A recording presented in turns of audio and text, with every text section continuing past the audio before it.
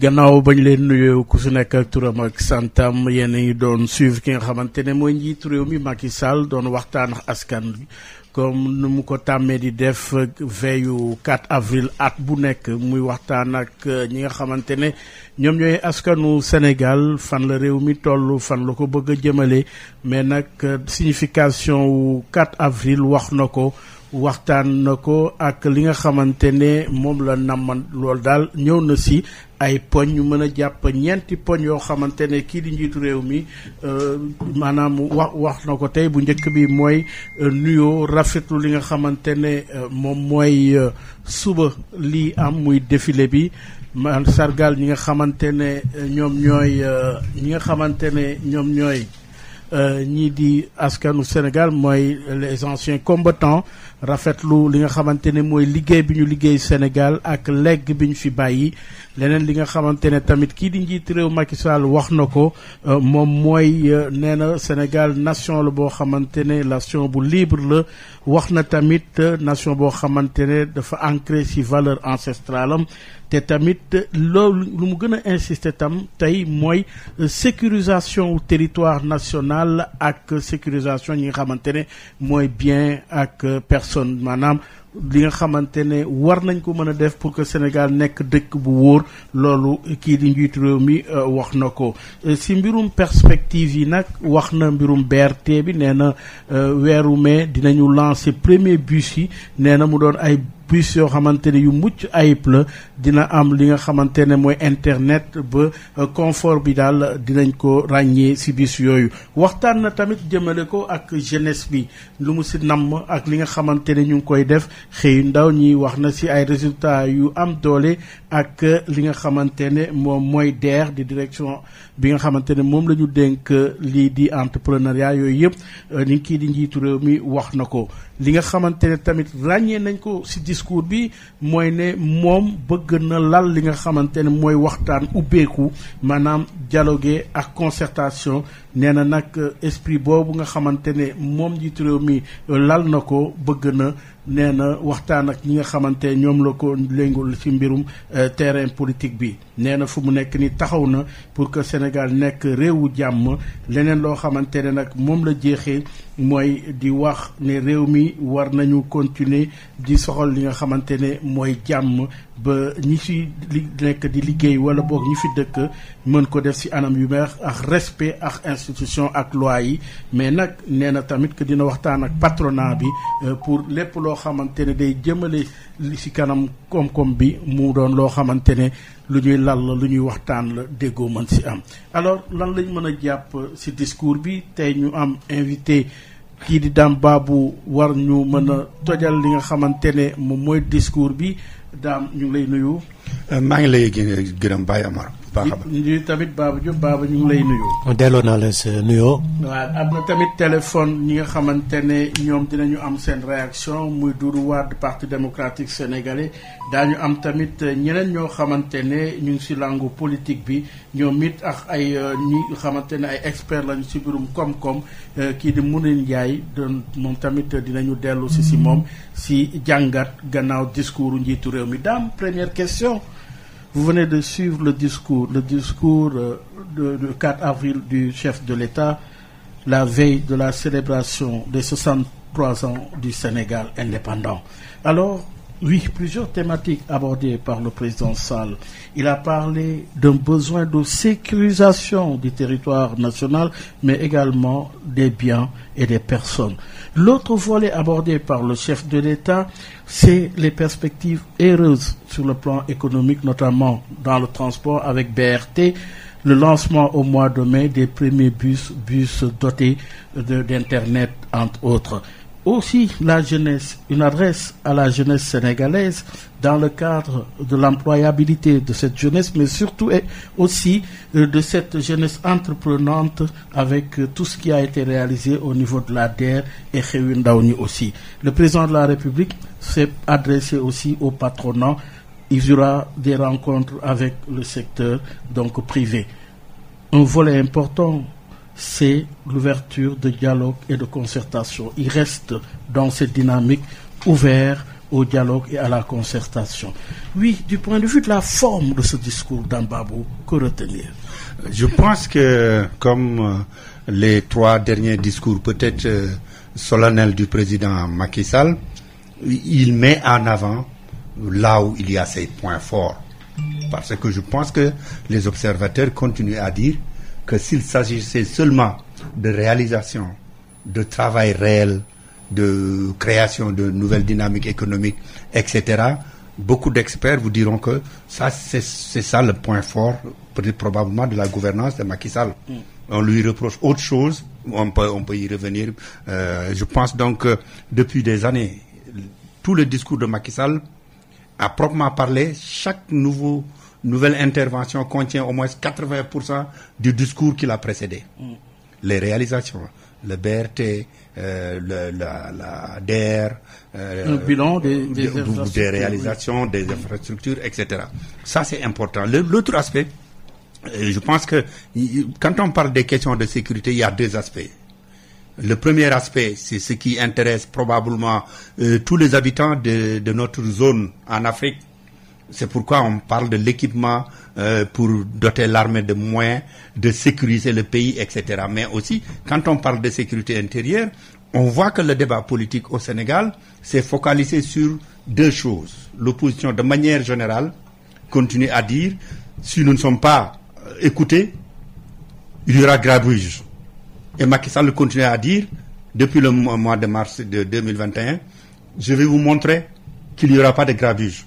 Que vous soyez écouté ou non, je vous écoute, mais si vous n'êtes pas satisfait de mon écoute, vous n'avez pas les moyens.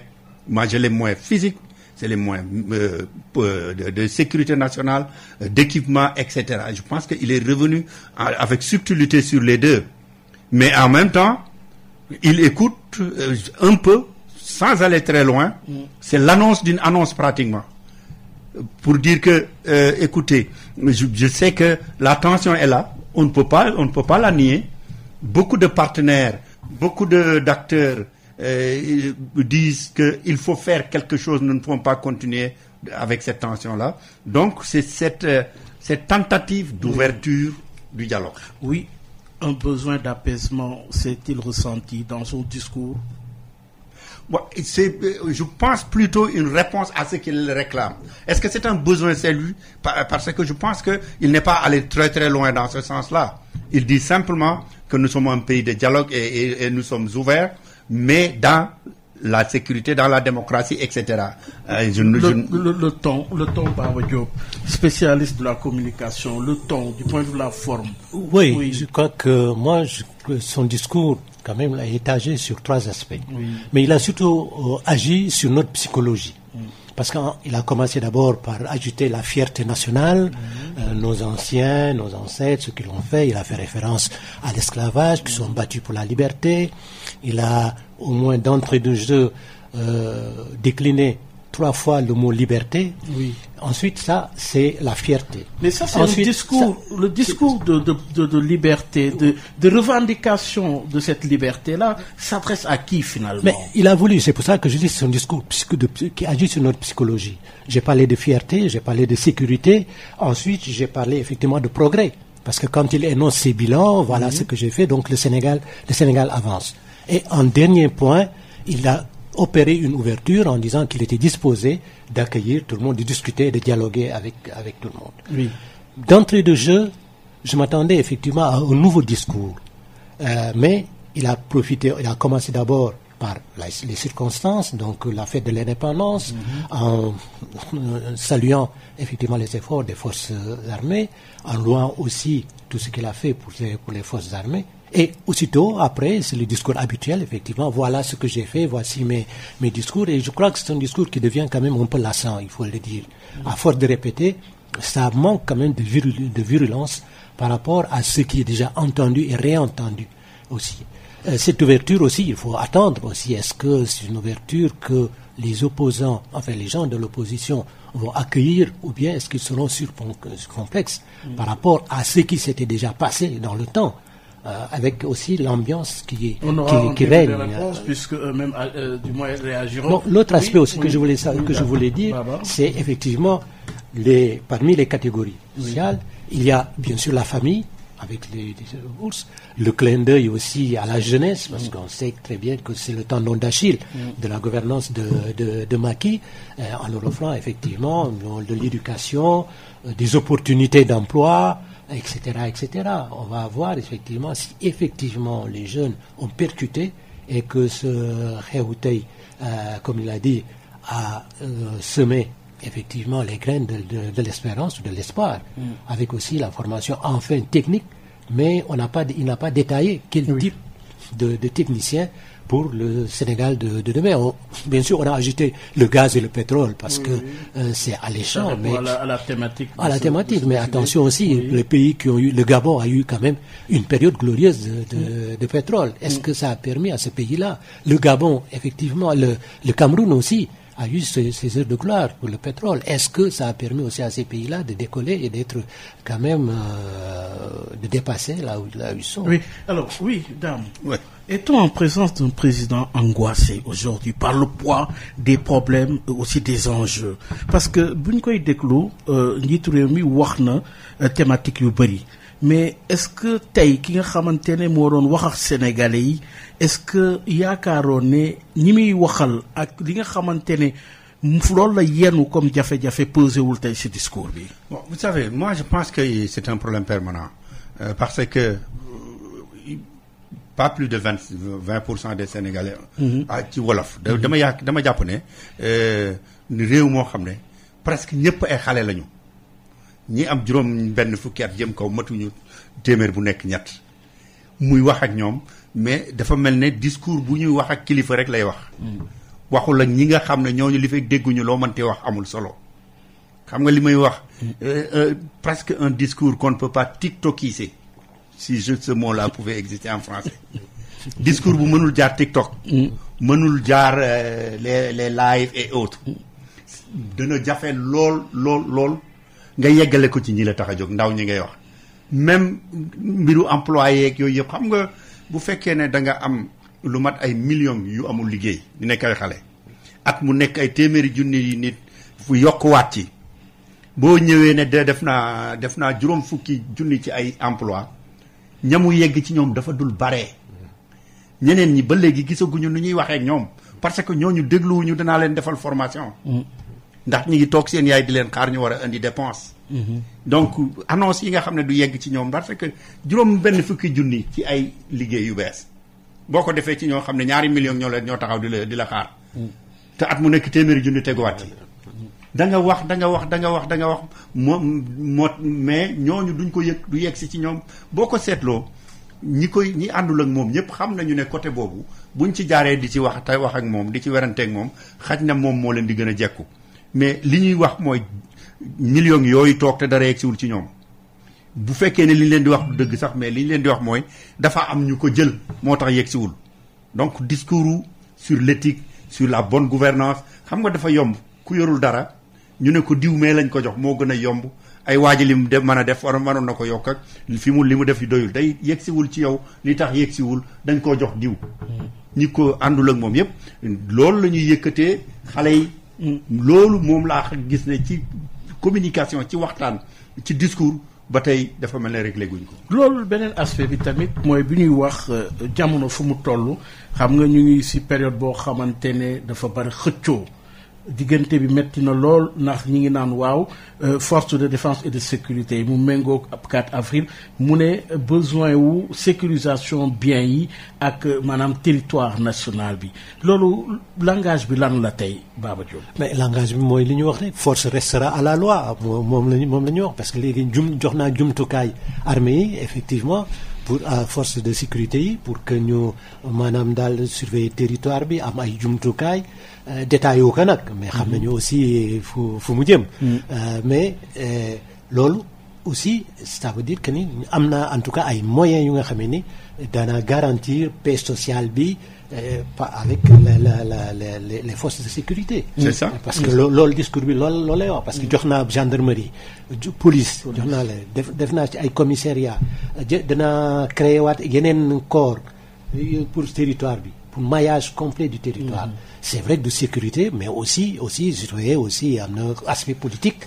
ku ko waxul aussi xam nga lu tax. surtout aspect politique bi moo gën a am solo parce que boo seetloo ñetti at yi wees depuis mars 2021. même le discours opposition bi waxinam moo doon artu leen baa ngeen àtte. artu leen mooy am naa doole ju ma xeexe. ku artuwul dina àtte. ku artuwul da nga àtte am naa doole ju ma xeexe te bis bu ma jógee dem nañ ba dégg fii un leader comme Ousmane Sonko mu ne suñu bëggoon yëkkati léegi 200,000 jeunes ñu dem génne ji Macky Sall palais mën nañu ko def mais bi ñu ñëwaatee ba mu am ay cokki yu amaat ci diggante bi nguur gi aussi Macky Sall ak ñi mu àndal li leen ñor mooy wane ne kenn du fi àtte ndax cokki mënul am say loxo yi nga ma waroon cokkee ma am naa lu ma ko yeewee donc discours bu mënti gën ci fan yi la lu gën a bari da ngay gis léegi opposition bi mooy wax leen ci li muy def du normal violation des droits et cetera nekkatul artu ak àtte donc discours bi ñetti at a ngi nii daanaka seen waxtaan ci loolu rek la yem mën naa la fee jëlee mënuloo ma fee jëlee am naa doole ji mu ne la jógal nga xam li fi xew ci fan yi yëpp loolu ku gis force de défense et de défense et sécurité ni ñu doxalee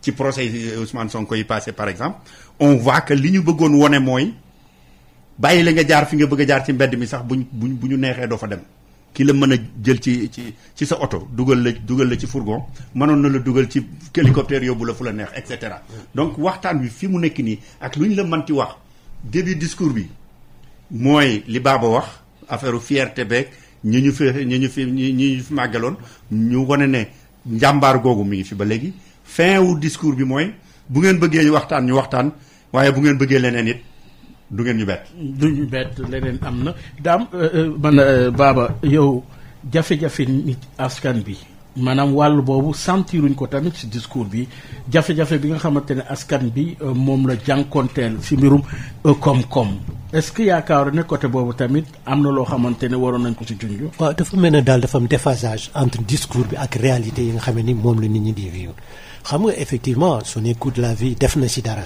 ok loyer yi wàññi nañu kii yooyu mais sénégalais yëpp Dakar waa su fekkee ne Dakar la ñu wax ñëpp xam nañ ni.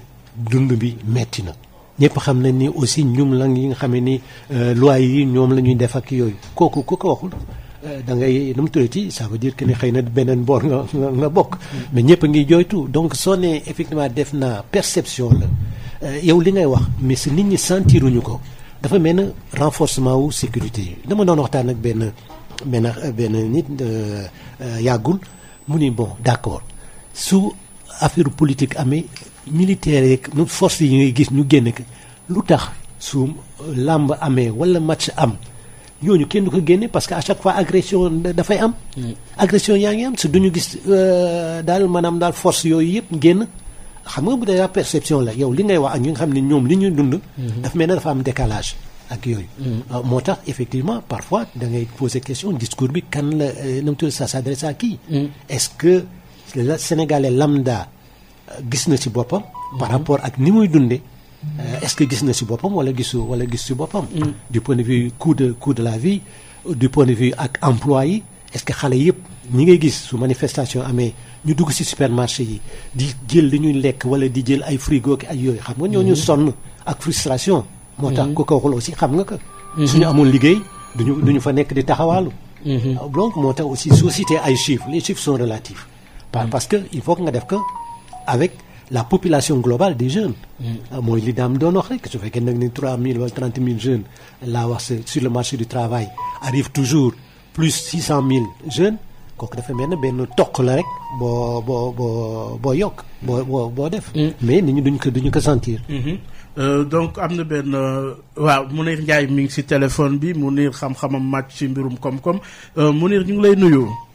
maa ngi lay fay bu baax baax. alors Mounir suivre nga li nga xamante ne mooy discours njiitu réew mi maanaam ci mbirum koom-koom wax na li nga xamante ne mooy BRT bi le premier lancement bus yi dina am mois de mai ak mu doon ay bus yoo xam ne yu mucc ayib la wax na tamit ci li nga xamante ne moom mooy xëyu ndaw ñi ci DER ak maanaam liggéey ndaw ñi loolu ci wàllu boobu nag nga jàppee discours bi ak préoccupation sénégalais yi fu mu nekk nii.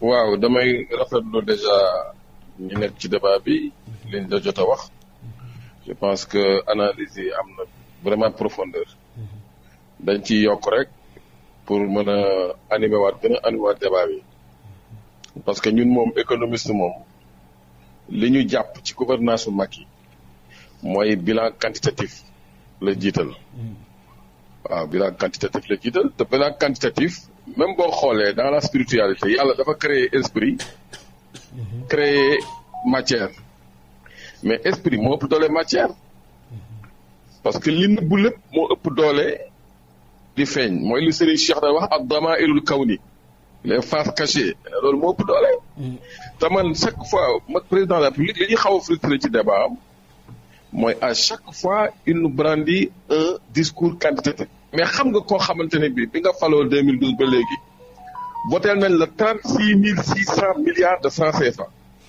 mais boo ñu waxee tabax naa école mais amul loolu amul natable boo ñu waxee tabax nga autoroute mais amul natable waroon nga taxaw lu ko tabax lu ko ëpp bu fekkoonte ne bii li nga xam ne moo immatériel muy jikko ñàkk corruption wàññi malversation yi wàññi mbuxum yi di doon nga def lu ko ëpp je pense que donc débat yooyu moom manqué ci pendant 12 ans on a beaucoup souffert avec lui sur ces discours et on l'a toujours dit dañ ne saa yi gis nga économie même bu fekkente ne bi sur le plan quantitatif da ngay def di def xoolal sànq li Dame Babou expliqué effectivement li mu wax dama ko ciy dolli parce que gis nga boo nee par exemple depuis 2021 damaa créé xëy ndaw ñi ma créé naa ci 63 650 emplois sur 65 000 xam nga tey ji ku mel ne Mounirou Ndiaye moom économiste dana la mais emploi yi nga créé listel ma leen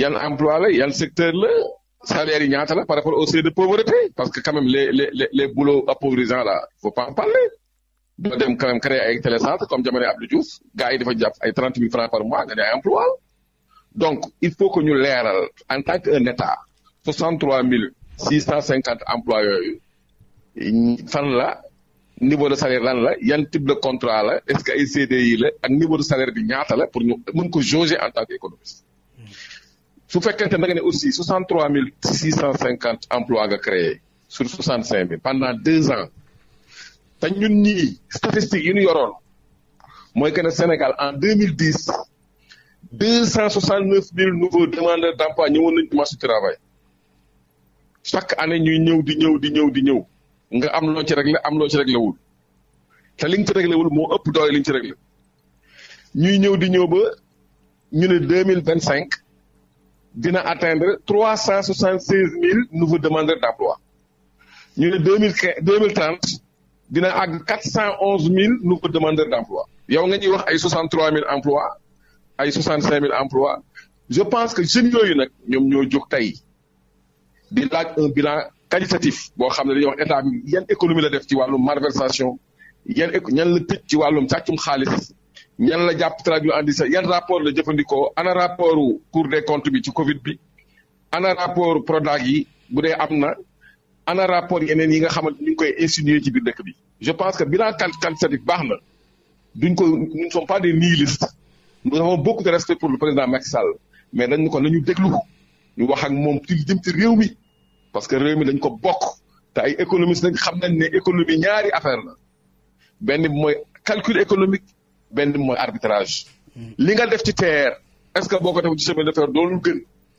li nga def ci BRT est-ce que boo ko defoon ci tramway doonul gën je pense que calcul yooyu moo waroon a am à l'avance su ko defee ñu xam réew mi dañ koy jaarale bañ a def ay telli te yooyu moo fi xaw a am ngeen baal ma àq. Oui. Autrement en français, pour vous, il y a quand même des manquements dans le discours. Ce qui aurait pu peut-être mieux clarifier le débat, c'est détailler justement ces réalisations et d'en mesurer l'impact sur les citoyens. Oui, je pense que le maillon le plus manquant de la gouvernance du Sénégal pendant ces 10 dernières années, c'est le suivi et l'évaluation des politiques publiques. On a souvent annoncé des programmes dont les rapports d'évaluation n'ont pas été publiés D'ailleurs, si Ousmane Sonko a eu des difficultés, c'est qu'il y a eu des rapports qui n'ont pas été publiés.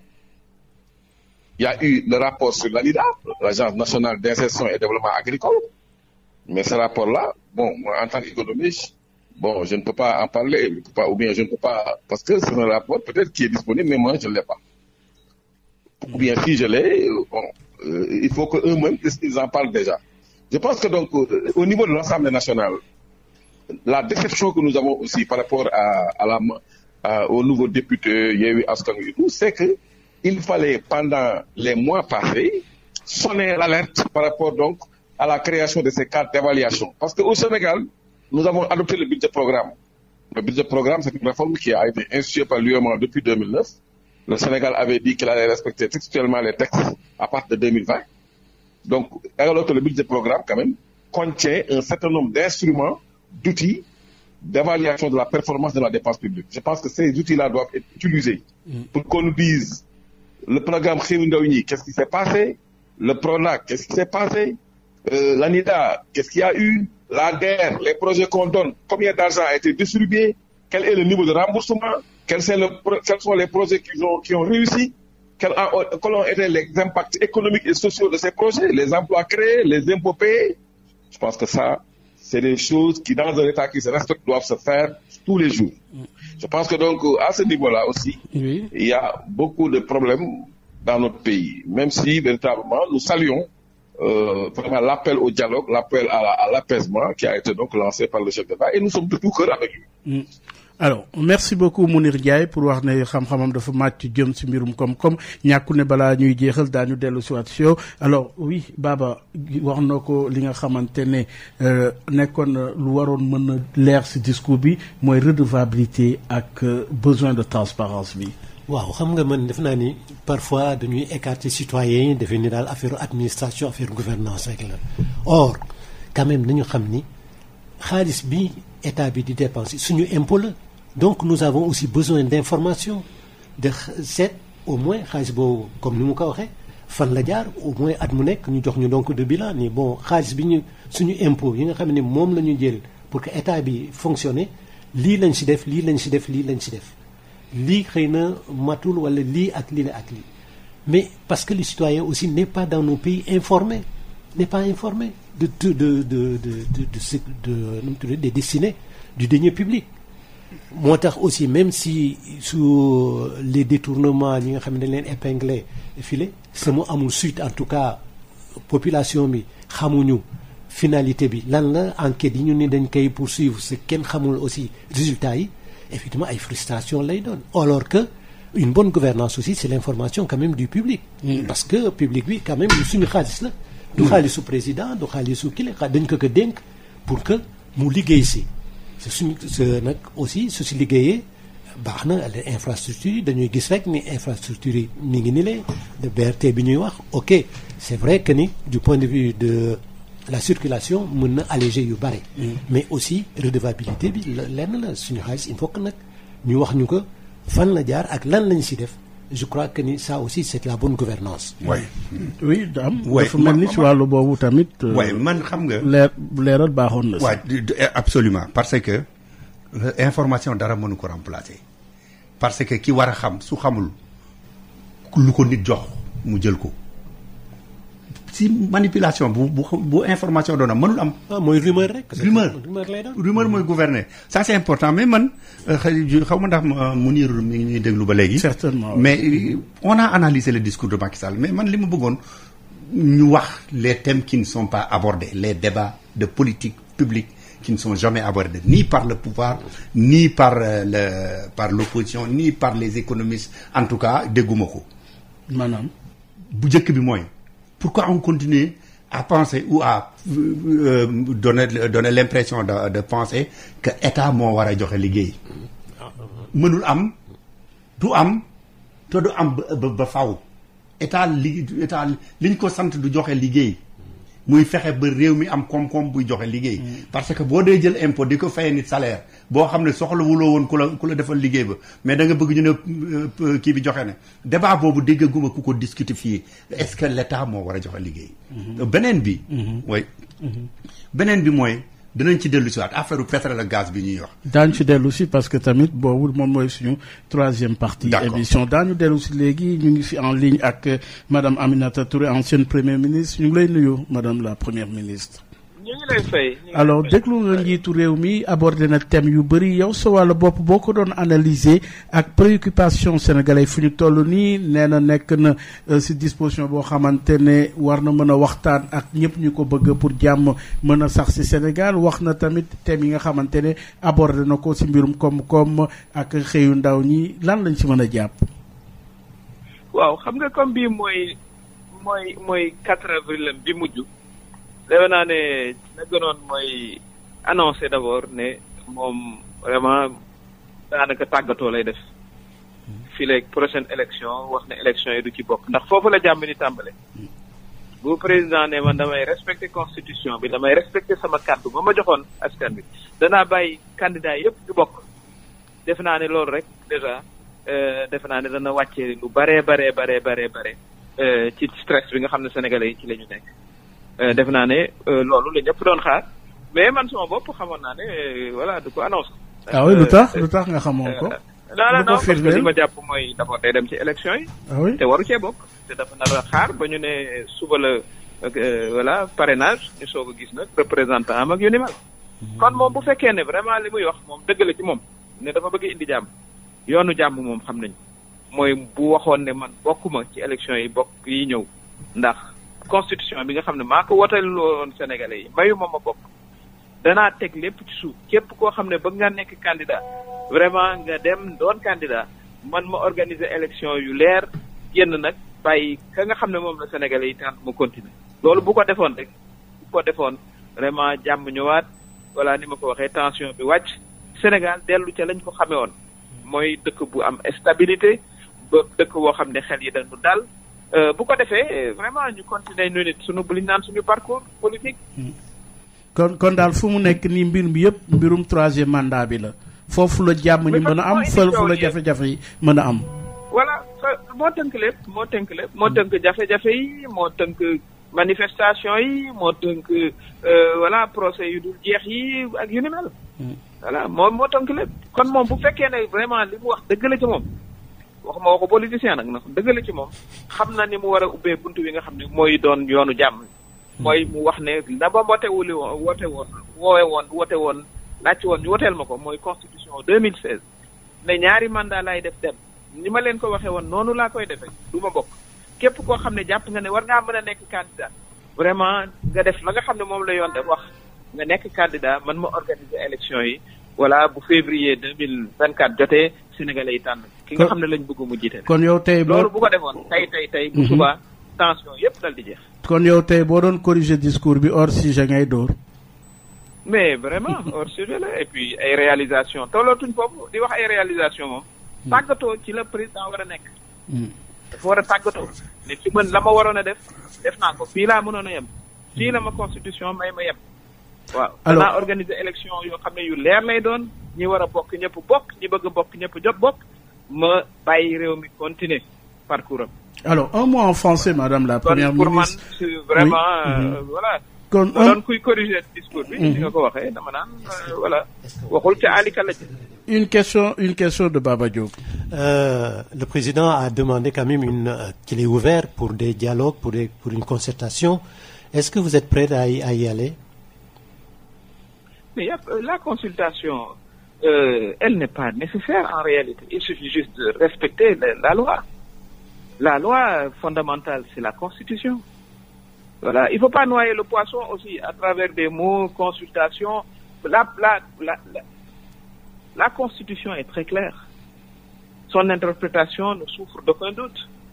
Je crois que le premier geste que le président doit faire, c'est justement de dire je respecte la Constitution, je ne me présenterai pas tel que je l'ai toujours dit et écrit dans mon livre, et j'organiserai des élections libres, transparentes et inclusives.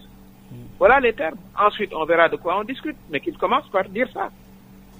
Voilà. Annoncer qu'il s'agissait... Mais on va noyer le poisson parce que la situation, évidemment, elle restera tendue. Elle restera tendue parce que quand même les démocrates vont faire ça. Les démocrates n'accepteront pas que l'on régresse du point de vue démocratique. Donc voilà, donc un appel du bout des lèvres à la paix, et ça, c'est pas ce qu'on attendait du président de la République. Ce qu'on attend du président de la République, lui qui est le gardien de la Constitution, c'est qu'il respecte la Constitution et qu'il annonce sa non-participation à la prochaine élection présidentielle. Qu'il annonce que tous les candidats pourront participer à l'élection, qui sera libre et transparente. Donc clairement, s'il vous s'il le fasse. Et ensuite, on verra de quoi on devra discuter par la suite. D'accord, c'est votre... Merci beaucoup, Madame la Première ministre. Indi ñu woon jàngatam si li nga xamante ne moom mooy discours njiitu réew mi. Oui, Dame. Alors, oui, sujet bi ñu abordé wul mooy bi ñëpp doon xaar maanaam mooy troisième mandat annoncé ne du bokk si élection yi. En fait dafa mel ne mooy maam ji nga xam ne dafa feebar nekk ci sous-sol bi tout le monde ñëpp xam na ne mi ngi fi. waaye bu ñu toogee di reere gën kenn du ko bëgg a tudd waaye xel a ngi ci du ci jóge lu ñu la mënti wax débat au Sénégal aujourd'hui loolu la nit ñi doon xaar. voilà Macky Sall va s'appuyer sur la loi telle qu'il la comprend ou bien il va s'appuyer sur la déclaration qu'il a donnée aux Sénégalais pour dire c'est la dernière fois que je vous demande votre carte d'électeur ñaar yooyu ban la ciy choisir. question boobu ñaari discours a ngi ba ñett bu ci nekk nit ñi ne tey nag bii moom xam naa danañu létt mbaa ñu firiñu lu fekk léttuñu mbaa ñu firiñu bopp bu ñu léttul firiwuñu ko moom ànd ak i teeñ lay doon rek ba bañ koy firi li leneen luñ fi manti discuter fi mu nekk nii ci jamono ji lu ci bari nit ñi day romb seen i nopp. dafa mel ni kon niñ ko laajee discours bi mooy discours boo xamante ne day dugg si nopp bi aw si nopp. ndegam dana dugg sax ndegam dana dugg sax bay génn. voilà parce que loolu mooy alikale ji comme ni ñu koy waxee par le langage de la rue. non parce que y a des choses yu nga xam ne nit ñi teg nañ si seen bët ñëpp xam ne ni effectivement réalisation infrastructure yi c'est vrai nit ñi teg nañ si seen bët mais leneen la ñu doon xaar et moo tax. Effectivement appelam bi aussi à une concertation bu ne ouverture dana jafe trop parce que su fekkee ni ñii li ñu wax mooy il faut que mu déclarer nu dem parce que constitution mayu ko loolu mooy condition sine qua non pour que dialogue bi am. su fekkee nag amul dialogue du am aussi. kooku moom yëf yi effectivement ni ñu nu mu tudd kenn du avancé. et fii ñu toll nii boo dee wax ak ay nitam sax dañ lay wax ne tanewuma la ci xaw ma lu mu xalaat xaw ma fu mu jëm. am na ñoo xam ne ci toujours ni ñu koy defee ci politique ñi ngi jéem a dagg yoon wi pour bu fa président jaaree ma dajeeg moom mooy ñi naan maa ngi koy investir maa ngi koy et cetera ñi ci des ne tekk di seetaan mais ñoom ci seen bopp dañu la tànnewul ci lan la ñu fas yéene waxtaanee. waaw alors li am na loo xamante ne tamit jaadu nañu waxtaan ko. mooy li nga xamante ne moom mooy jeunesse bi. tudd na ko si lu bari yaa ngi doon wax léegi ne mooy talon d'Achille lu gouvernance su kii di président Macky Sall li nu mel te mu tudd ko wax ko jëmale ko si jeunesse bi est-ce que yaakaar ne dina am impact si ndaw yi. du sax ma ne que du sax talon d'Achille lu Macky rek moo doon bu Diouf aussi Abdou bi mu ne nu mu tudd une certaine jeunesse. malsaine ñëpp xam nañu.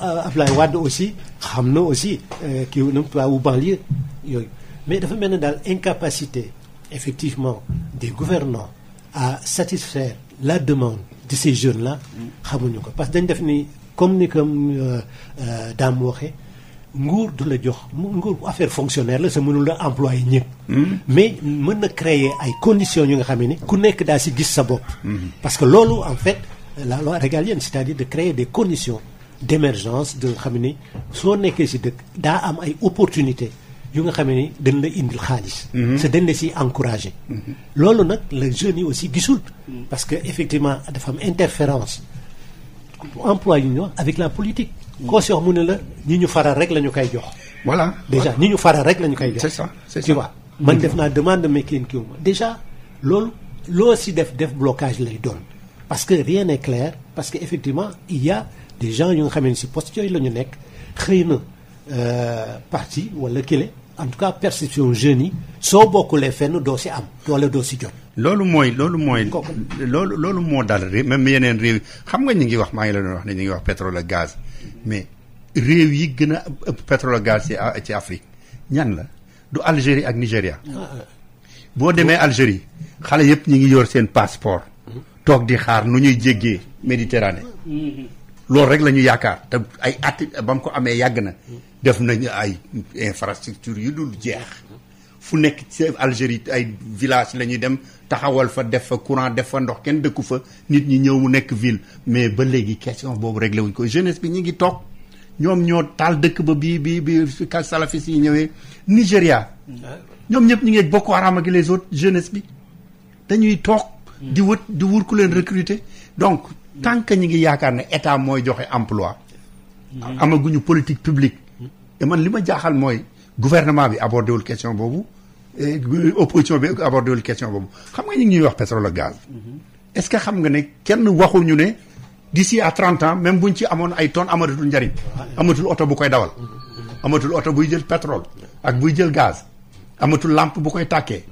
donc liñ koy woote di yuuxu pétrole gaz bi ñu demee ba mu yegg ci cëppaandaw ji pétrole ak gaz ci àdduna bi foofu lañ ko amee donc nañ ñu wax liñ ci mën a def sinon dañuy ñëw ñu yaakaar ne mandat bi bu mandat bi ñëwee moom mandat bu ma xuree jógee ba ñooy yem rek parce que pétrole ak gaz jeex na d'ici à 10 ans probablement amatul benn usine buy fabriquer ay oto boo xam ne principalement pétrole lay jël gaz essence lay jël wala gaz bi c'est la même chose débat yooyu laa xamul lu tax suñu économistes yi bu xaalis bi ñëwee nuñ koy séddoo rek moo leen intéressé bu ñu wax politique kuy faloo kuy folliku rek la ñuy wax mais ban politique la ñuy war a def pour génn ci li ñu nekk parce que politique yi ñu doon def ca Senghor ba léegi structurellement du point de vue de la formulation mësul changé ba léegi même manière bi la ku ñëw ne jeunesse bi danaa leen jox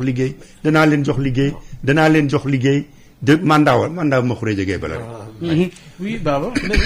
mais moom là ce sont les conditions émergence c'est-à-dire que ni xale yi il y a tellement d'opportunités Sénégal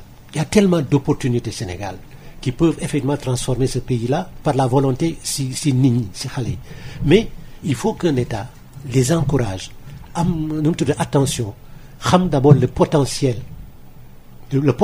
moi j'ai le sentiment que ni ceux qui nous gouvernent ne connaissent pas les potentialités de ce pays-là waxuma ñu dem université rek mais l'homme de la rue qui est ingénieux dans ce qu'il sait faire kooku nga xam ne soo ko defee attention si li muy def mën nga ko encourager mais le plus souvent da ngay seet yow gis ne dinaa la en Afrique am na kenn ku inventé benn ordinateur am benn application ay yooyu objet de curiosité donc lañ koy def doo gis benn industriel mu ni je vais suivre ce gosse là absolument nu mu tuddee ci dimbale ko accompagner ko nu mu tuddee jël ko en charge travailler ak moom pour développer mais effectivement mais kooku kañ daam mi ngi ko doon junj léegi li nga xamante ne mooy war nañu examiner bu baax en profondeur politique publique yi ñu jot a doxal ba léegi ak yoon bi ñu war a aw pour génn si jafe-jafe yi daam 63 ans le Sénégal am mais 63 ans xam nga ñu bari dañ ne laan defal ndànk réew yi ko mën a def ak yooyu dañu fee jiitoon mais les connaissances humaines c'est la propriété de l'humanité kenn ku nekk da nga war a jaaraat ci yoon de 63 ans c'est jeune oui mais moom laa la wax dafa ne doy na sëkk pour jànge ci xam-xam yi am ci àdduna bi yaa ngi wax nu ñuy jàppalee ku def xam nga ki moom Michael Bloomberg mi ngay dégg bi mu xëyee ne xam naa ne daal bourse bi benn bis dana soxla moyen électronique bu ñu mën a am information instantanée au lieu di ubbi ay këyit muy damm ak di màgget mu xëy wax ko ki moomoon Merrill Lynch wax ko ne ko maa ngi préparé benn machine waa ji def ko neex 80 millions de dollars mi ngi nii balaa may xam machine bi nu muy mel parce que li nga wax besoin la même yow soo échoué keneen dana ko defaat commencer pour boo échoué ñu jàngee ci lu tax nga échoué da ko ne concept bi la ko wax rek mu ne ko 80 benn maison d'investissement mu ne ko 80 millions de dollars a ngi nii commencer balaa may xam ban façon machine nga wax mais bu dee électronique pour bourse bi dootuñu bëgg di jël ay voiture di dem di xool fee jëlee fële di jënd ci ay yëkkati loxoog yooyu comme loolu nga bëgg a def rek 80 millions de dollars a ngi nii. C'est un concept d'or incontournable. Par exemple si quelqu'un disait bu ñëwee ne am na projet boo xam ne mën na créer par département disons des ranchs de ceci des et cetera de xale yi di bay ay investisseurs privés bu ñu xamee ne l'État mi ngi leen di jàppale danañu ñëw financer xale yooyu mais boo bëggee rek fu ñu la waxee nga ne ah def naa lii du sotti. mais aussi Mbaye. xam nga da nga ne 63 ans da nga ne 63 ans ndax jeune la wala kii. mais depuis 2000 le numérique bi mu duggee les compteurs ont été marqués à 0. léegi soo bëggee def dara de toutes les façons comme tu dis la connaissance est universelle aujourd'hui. mais vraiment logiciel li ñuy utiliser fii moom la ñuy utiliser aussi dans ces pays développés là. mais loolu tamit ñu ngi def ay réalisation mën nañ la génneel BRT bi mën nañ la génneel nu mu tuddati TER bi. oui mais c'est bien ça c'est bien mais ñaata nit ñoo si gis seen bopp naan comment veux-tu aussi xam nga suñu la waxee BRT parfois tu restes une semaine sans eau. xam nga déjà il y a un décalage entre l'ultra et vraiment l'ordinaire. C'est très très bien de faire le BRT. C'est bien de faire le TER. C'est très très bon. Mais on règle des problèmes à Dakar. Ah ouais, mais et Dakar a toujours été notre problème. Mais ça c'est sûr. Ce qui peut régler le problème de Dakar, c'est de faire en sorte que personne ne veut venir habiter Dakar. ñu réew yi développé yëpp à part la France je crois c'est une capitale une petite ville qui n'a pas de poids économique mais bu fekkee ne problème Dakar la ñuy régler je sais que je suis très content avec le BRT et tout ça mais c'est toujours régler un problème insoluble. On ne peut pas habiter Dakar. Il faut qu'on trouve un moyen de sortir de Dakar. C'est une presqu'île en plus. C'est créer des opportunités. Moi, je suis sûr que dans mon département de Kébémer là, bu ñu demoon ba diggante Darou Moukhty Kébémer, ñu taxawal fa l'école des métiers de l'automobile. Jël xale yi yóbbu leen foofu mu nekk lu am valeur pour bu ñu leen laajee foo nekk ñu ne maa ngi ci école des métiers de l'automobile. Oui. Une autre réaction, celle de Doudou Wade, ancien président groupe parlementaire libéral. Doudou Wade, ñu ngi lay nuyu. Bonjour Baye Oumar. Alors dafa mel ni koor gi dafa la jàpp dégg naa. waaw koor dafa ma jàpp. déglu nga ki nga xamante ne mooy njiitu réew mi ci discours bi ci forme bi comme ci fond bi est-ce que yow discours mi nu mel maanaam répondre na à tes attentes. waaw xam nga. Baye Mar maa ngi nuyu ñi nekk ci sa plateau bi. xaw ma leen Dame Babou et Baba. Dame. waaw Dame l'américain. Le petit frère de grand Doudou. Dame day tudd xam comme da nga dégg tubaab du ma bugguma nga mer. mais damay wax assumé naa loolu. Ah d'accord merci. merci. assumé yow mënatuloo wax lu ma merloo. assumé naa ne loo def rek dinaa ne maa la ko jàngal. waaw ça c'est clair léegi donc baax rek ngay def. merci beaucoup merci beaucoup. waaw man nag seetaanu ma si boole parce que culture lañ ma gën a xamee. kooku nag. Baba Diop maa ngi leen di nuyu yéen. ñu ngi lay fay. Baye Oumar di wax ne. discours président tey ji da ngay jàpp ne jéem na def un bon texte en 16 minutes. def na ci aussi benn répartition. xaw na nuru na sax lu baax. parce que ci fi commencé ba fi muy terminé ba fi muy fàttali li mu ñu wax ci 31 décembre bi passé ba foofu li mu wax yëpp lu passé la ak li nga xam ne moom la ñu war a sukkandikoo pour yor suñu réew ak suñu souveraineté wax affaire quartier bi tout ça c'est le même discours c'est le même rituel dans toutes les fêtes d'indépendance. mais dama jàpp ne fête bi ñu nekk nii tey 3 avril 2023 ci président Macky Sall dafa toll ci jamono boo xam ne bi tey dafa waroon annoncer rek ci yan condition la bëggee bàyyi réew mi bu ko defee diggante bi ak boobu ci loolu lay liggéey bu àggee ba 31 décembre 2023 nag mu def un bilan exhaustif ci fi mu jëlee réew mi en tout point ak fi mu ko bàyyi. le livre blanc. bu ko neexee parce que jour boobu sax dama jàpp ne moom bu fiy jógee bu fekkee ne jóge na fi ci condition yi mu ko waxee dañu war a commencer à partir du 1er avril sur différents plateaux ñuy waxtaanee réew mi depuis début fan la aw ak fan la ko bàyyi.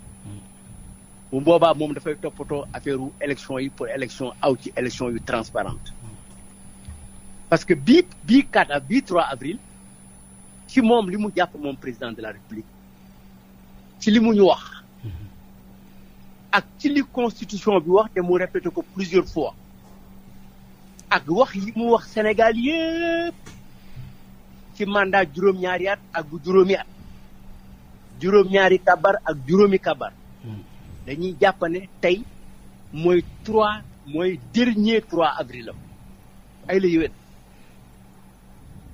ngoonte bon li mu war a def mooy doon wax ci réew mi 11 mois yi di ñëw lan mooy itteem dëgg mooy ni ñu ko joxe réew mi moom ci jàmm mu joxe ko ci jàmm man foofu laa jàppoon ne foofu lay toll. yow yàgg Doudou Wade acteur politique yàgg nga suivre politique gu Sénégal maanaam enjeu discours bi tey loolu rek la waroon tënk fu ñu toll la ak besoin boo xamante ne li ñuy wax besoin impératif la. mais non c'est bu fekkoon ne mënoon naa am moo bu ëpp impératif. impératif catégorique pas hypothétique. bu la neexee sax adjectif boo mën a teg rek pour jàppane tey la dernier 3 avril président de la République Macky Sall bu fekkee ne da nga jàpp ne weer boo waree 29 jours boo waree 30 bu feeñee nga wari bu feeñul nga wari foofu le président Macky Sall toll ak ñun. mais lan moo lu ko waral mu toll foofu tey ak sénégalais yi ba nga xamante ne mënatul wax leneen lu dul loolu. mais attention mais amul leneen lu mën a wax xam nga lu tax. moom ci boppam ak ñi mu àndal principalement ministre de la justice bi mu yore Ismaïla Madior Fall moo ñu yee ci constitution bi wax ñu ko plusieurs fois ijjil ñu ko sañu ko ne ñu nul kenn benn yoon ñaari yoon ñetti yoon kenn mënul passé ñaari mandat waaw mais loolu waxu constitution bi la mais président Macky Sall moom wax na ko Touba wax ko Diacksao wax ko Tivaouane wax ko Ndindi wax ko Nimzaat wax ko Louga fépp fu nit kilifa diine nekk Macky Sall taxaw na fa ak yow wax la ne man lii laa bëgg def te lii laay def bu ñu ma falee 2019 2024 ma pare waaw wax loo ko ay nit waaw léegi tey ñun ñi ban sëriñ moo mën a ñëw wax ñu ne yàpp mbaan dagan na tey ñu topp ko ci loolu ngoonte moon ay waxu Ismaïla Madior Fall ak ñeneen taxul ñuy wax président Macky Sall li mu mujj wax te wax ñu ko te bi ci gën a leer ñu fàttali ko muy Tivaouane ne ko yow ñaari am nga benn mandat ñaar ngay utuloo ñett de utoo ñeentit ñaar bi nga bëgg yàlla mën na la ko jox te bu la ko jox kenn mënu ci dara waaw mais ca nga yem léegi mu waxal ko boppam wax na te woon moom nañ ko jàpp ci aw xam te sës ko ci waxam léegi tey jël seede ñi mu waxaloon ak ñi mu ko wax ci biir néeg ak ñi mu ko wax ci biti loolu mooy valeur yi mu woote moom li muy wax naan ñun suñu religion ak suñu histoire ak suñu souveraineté ak li nga xam ne moom la ñu jël en héritage te ñu bokk ko te sooru ku nekk dépendre sa sooru moroom du noonu de sooru ku nekk dépendre si sooru moroom moom sooram ci sooru sénégalais yi moo wéeru ci moom bu awee ci li mu waxoon sénégalais yi ñu bokk soor mais bu awul ci li mu waxoon sénégalais dina am ne du bokk ak soor sénégalais yi wante wax na tam ci benn wax boo xamante ne besoin d'ouverture au dialogue et à la concertation yéen ci wàllu boobu est-ce que di ngeen répondre maanaam ci invite boobule. xam nga loolu man mënuma ne ndax ñun dinañ ci tontu man mën naa la tontu rek. mën naa la tontu ci suñu pratique. te Baye Oumar yow ak. Dame Babou toog foofu. Dame Babou toog foofu. yéen a ngi fi bëgg a yàgg ci journaliste de. oui absolument. loolu moom dëgg la yéen a ngi fi bëgg a yàgg de. moom nangu nañ ko. awa Thiaw li ngeen fi fekkee bari na de. waay. diggante 74 ak léegi amul benn yoon bu Sénégal laaj ne waxtaan jot na te ñëwuñu waxtaan amul ci biti ci biir à l'étranger ci biir kaso te nañ ñu kaso atte ñu président Mamadou Dia ñëw na tribunal yi bàyyi leen le président élu ñu génne ñu guddi ñu waxtaan dafa nekk sur ADN bi ñu yoree réew mi amul lu ñu waxtaane woon mais président Macky Sall moom ci départ bi moo gënul woon waxtaan xam nga lu mu gëmoon réduire l'opposition à sa plus simple expression léegi opposition bi dootul opposition politique opposition de révolte la moom moo enfanté lii ngoonte woon moom moo war a taxawaat ci ay ressortam dellu gannaaw xam ne li mu jàpp loolu la daf fiy jógee 2024 mais buy woote dialogue day woo nit ñi dialogue bi lii lay doon dañuy jëm ci ay élection man Macky Sall président de la maa jël responsabilité organiser ko ak ñi bëgg organiser ak man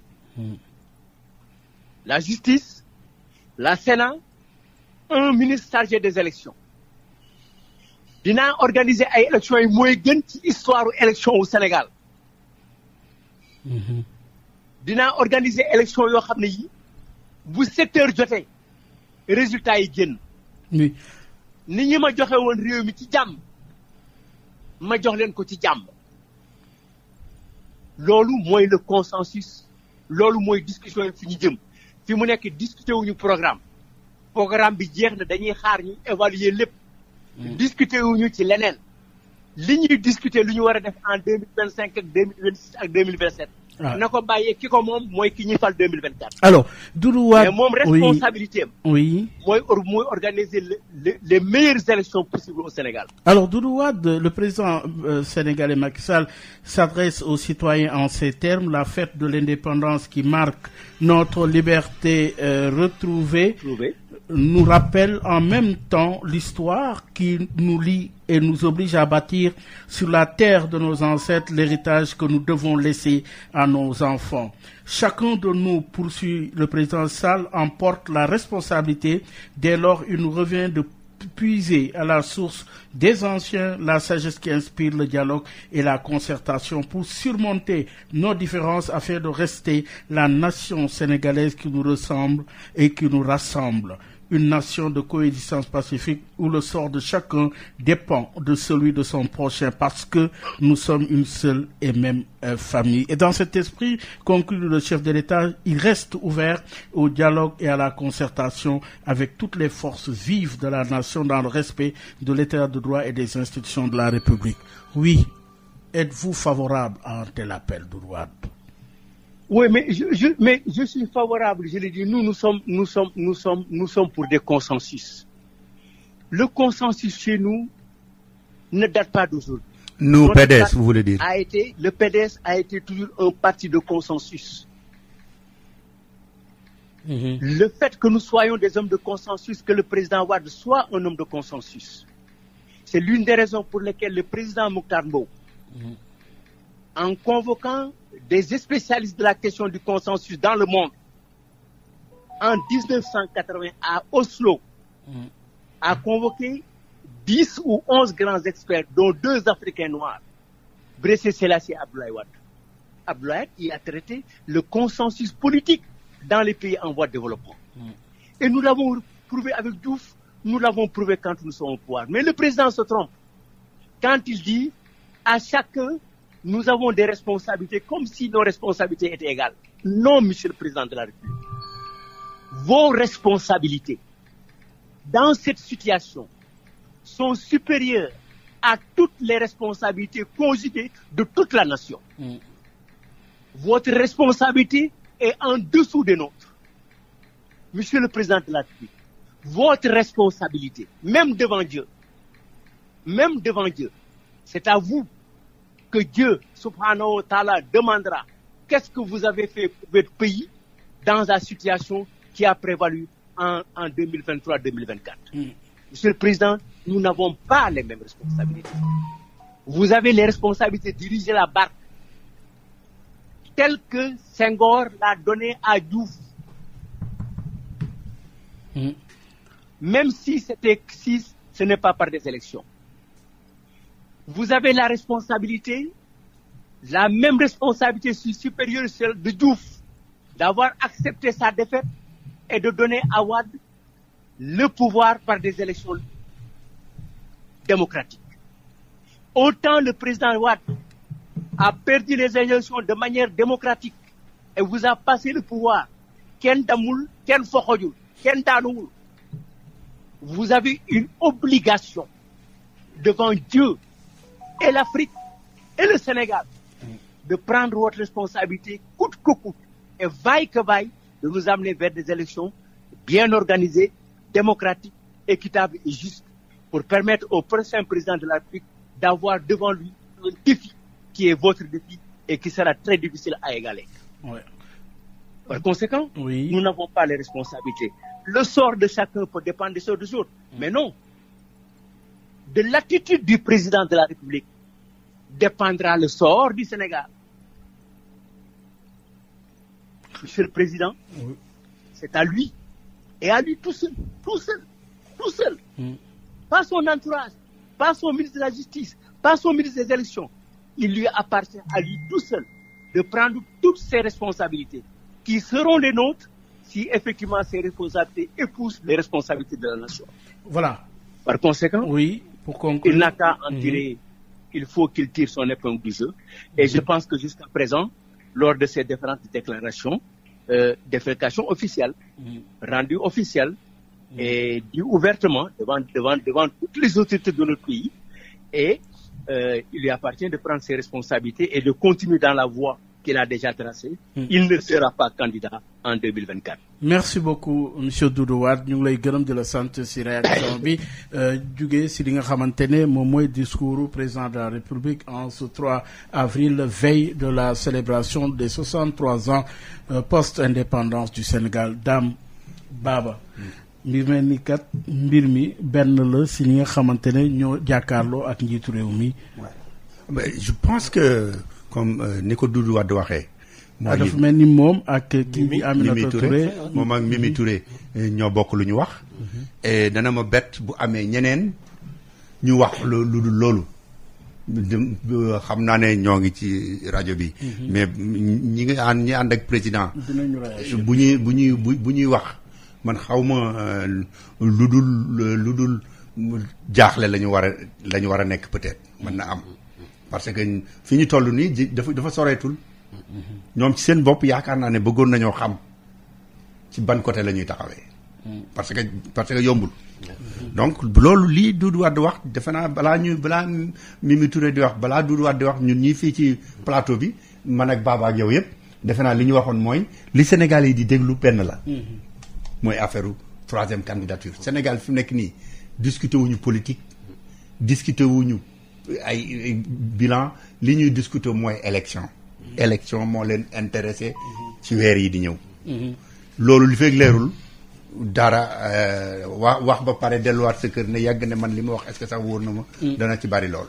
waaw c'est parce que wax jooju ñu ngi koy nekk parce que du sax comme ni nga waxee daam politique mais les investisseurs aussi man am na benn bataaxal bu ma liiroon ba nga xam ne le patronat en tout cas certains des patronats disent que quand même cette période de tension ne favorise pas les investisseurs qui doivent attendre quand même de savoir vers où nous mènera les élections, la préparation de ces élections-là, parce que nous sommes dans une période de tension.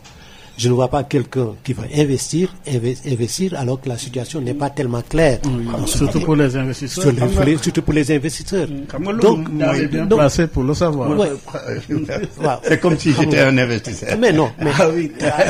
Mais bon, parce que su fekkee tension dafa am. sa xaalis ba la koy dugal kenn da nga naan période de calme ngay ci. parce que comme xamuloo bateau bi fan la jëm.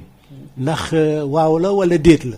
da ngay téye sa xaalis di nekk. mais yooyu nag aussi dafay ralentir le développement. loolu sax ci question yi ñu war a discuter. question de fond yi ñu war a discuter. xam nga ñun ñi ñëpp pratiquement réew yu bari bu élection di ñëw dañ koy yëg. di déglu lu fa xew. mais Cap-Vert di nekk suñu wet amul benn Sénégal bu yëg ñi ñuy wote sax.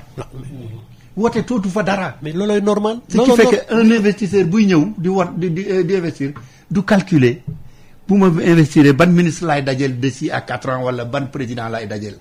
loolu mooy situation normale loolu lu ñu war a suñu élite yi lu ñu war a débattre fii ci suñu réew mi ci la bokk waru ñoo tollooti ci mënuñu wax ne Cap-Vert quand même Cap-Vert ñooy après dañu ñëw bien après ñun ba ñuy ñëw yoruñu woon dara léegi romb nañ ñu ci économie romb nañ ñu ci yu bare bu ñuy wote Sénégal gii du xaw ma kan ban Sénégalais moom moo mën a wax dernier président au Cap-Vert kañ lañ ko faloon bu leen dugg Google de kan moo ko mën a wax.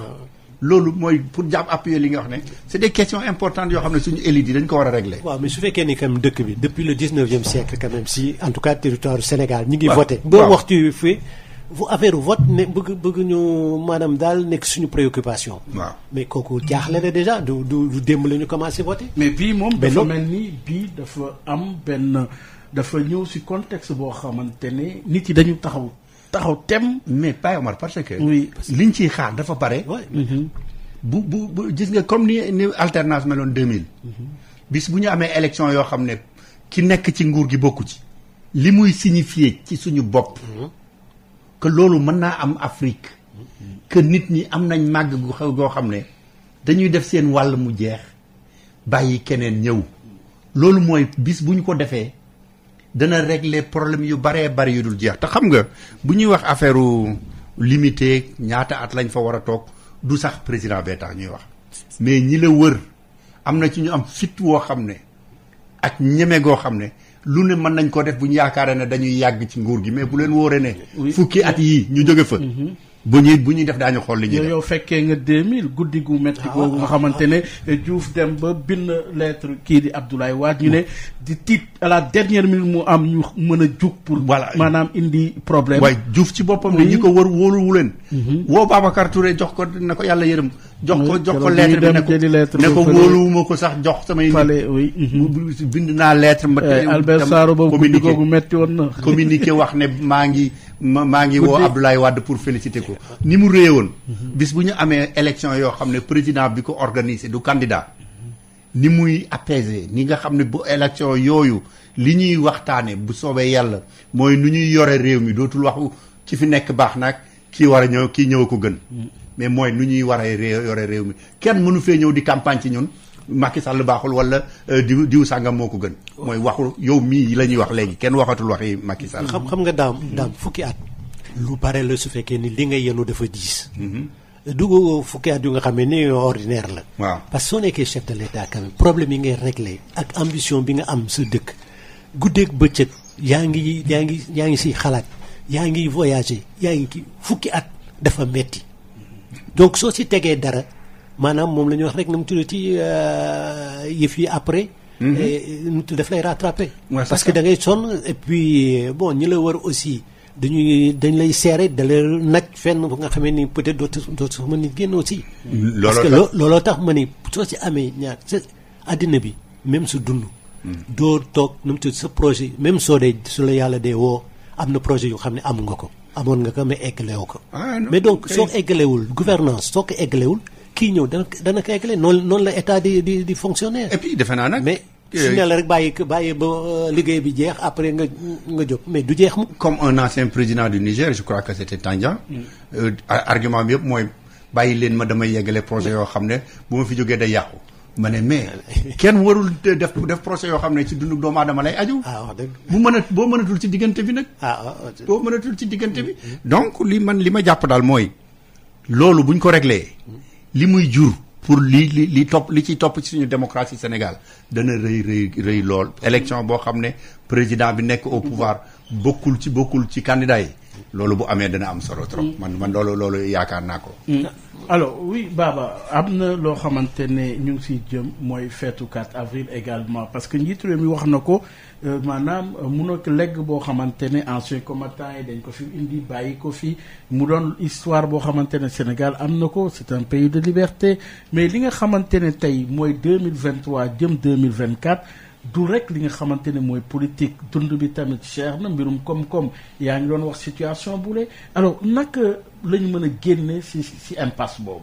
mais moraliser encore la vie publique je crois que ni loolu foofu soubassement la parce que dëkk bi léegi ni mu demee dayo ëpp na loxo c'est-à-dire que ne saaga yeeki wax yeeki invectivement yi invective yi yooyu wax xaste saagante loolu donc wax lu bon wax lu mais ça on ne t'encourage pas pour que ñu liggéey beneen affaire bi aussi c'est que ñu tàggat ñëpp si liggéey parce que dëkk bi comme ni nga ko waxee du état bi rek moo ko yore individu bu nekk am nga loo mën def pour sa dëkk avancer.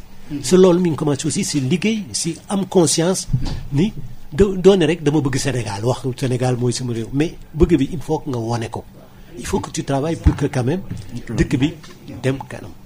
investissement yi ñuy def mais soo gisee les stages d'investissement une fois que ñu def investissement yi le suivi n'est pas assuré.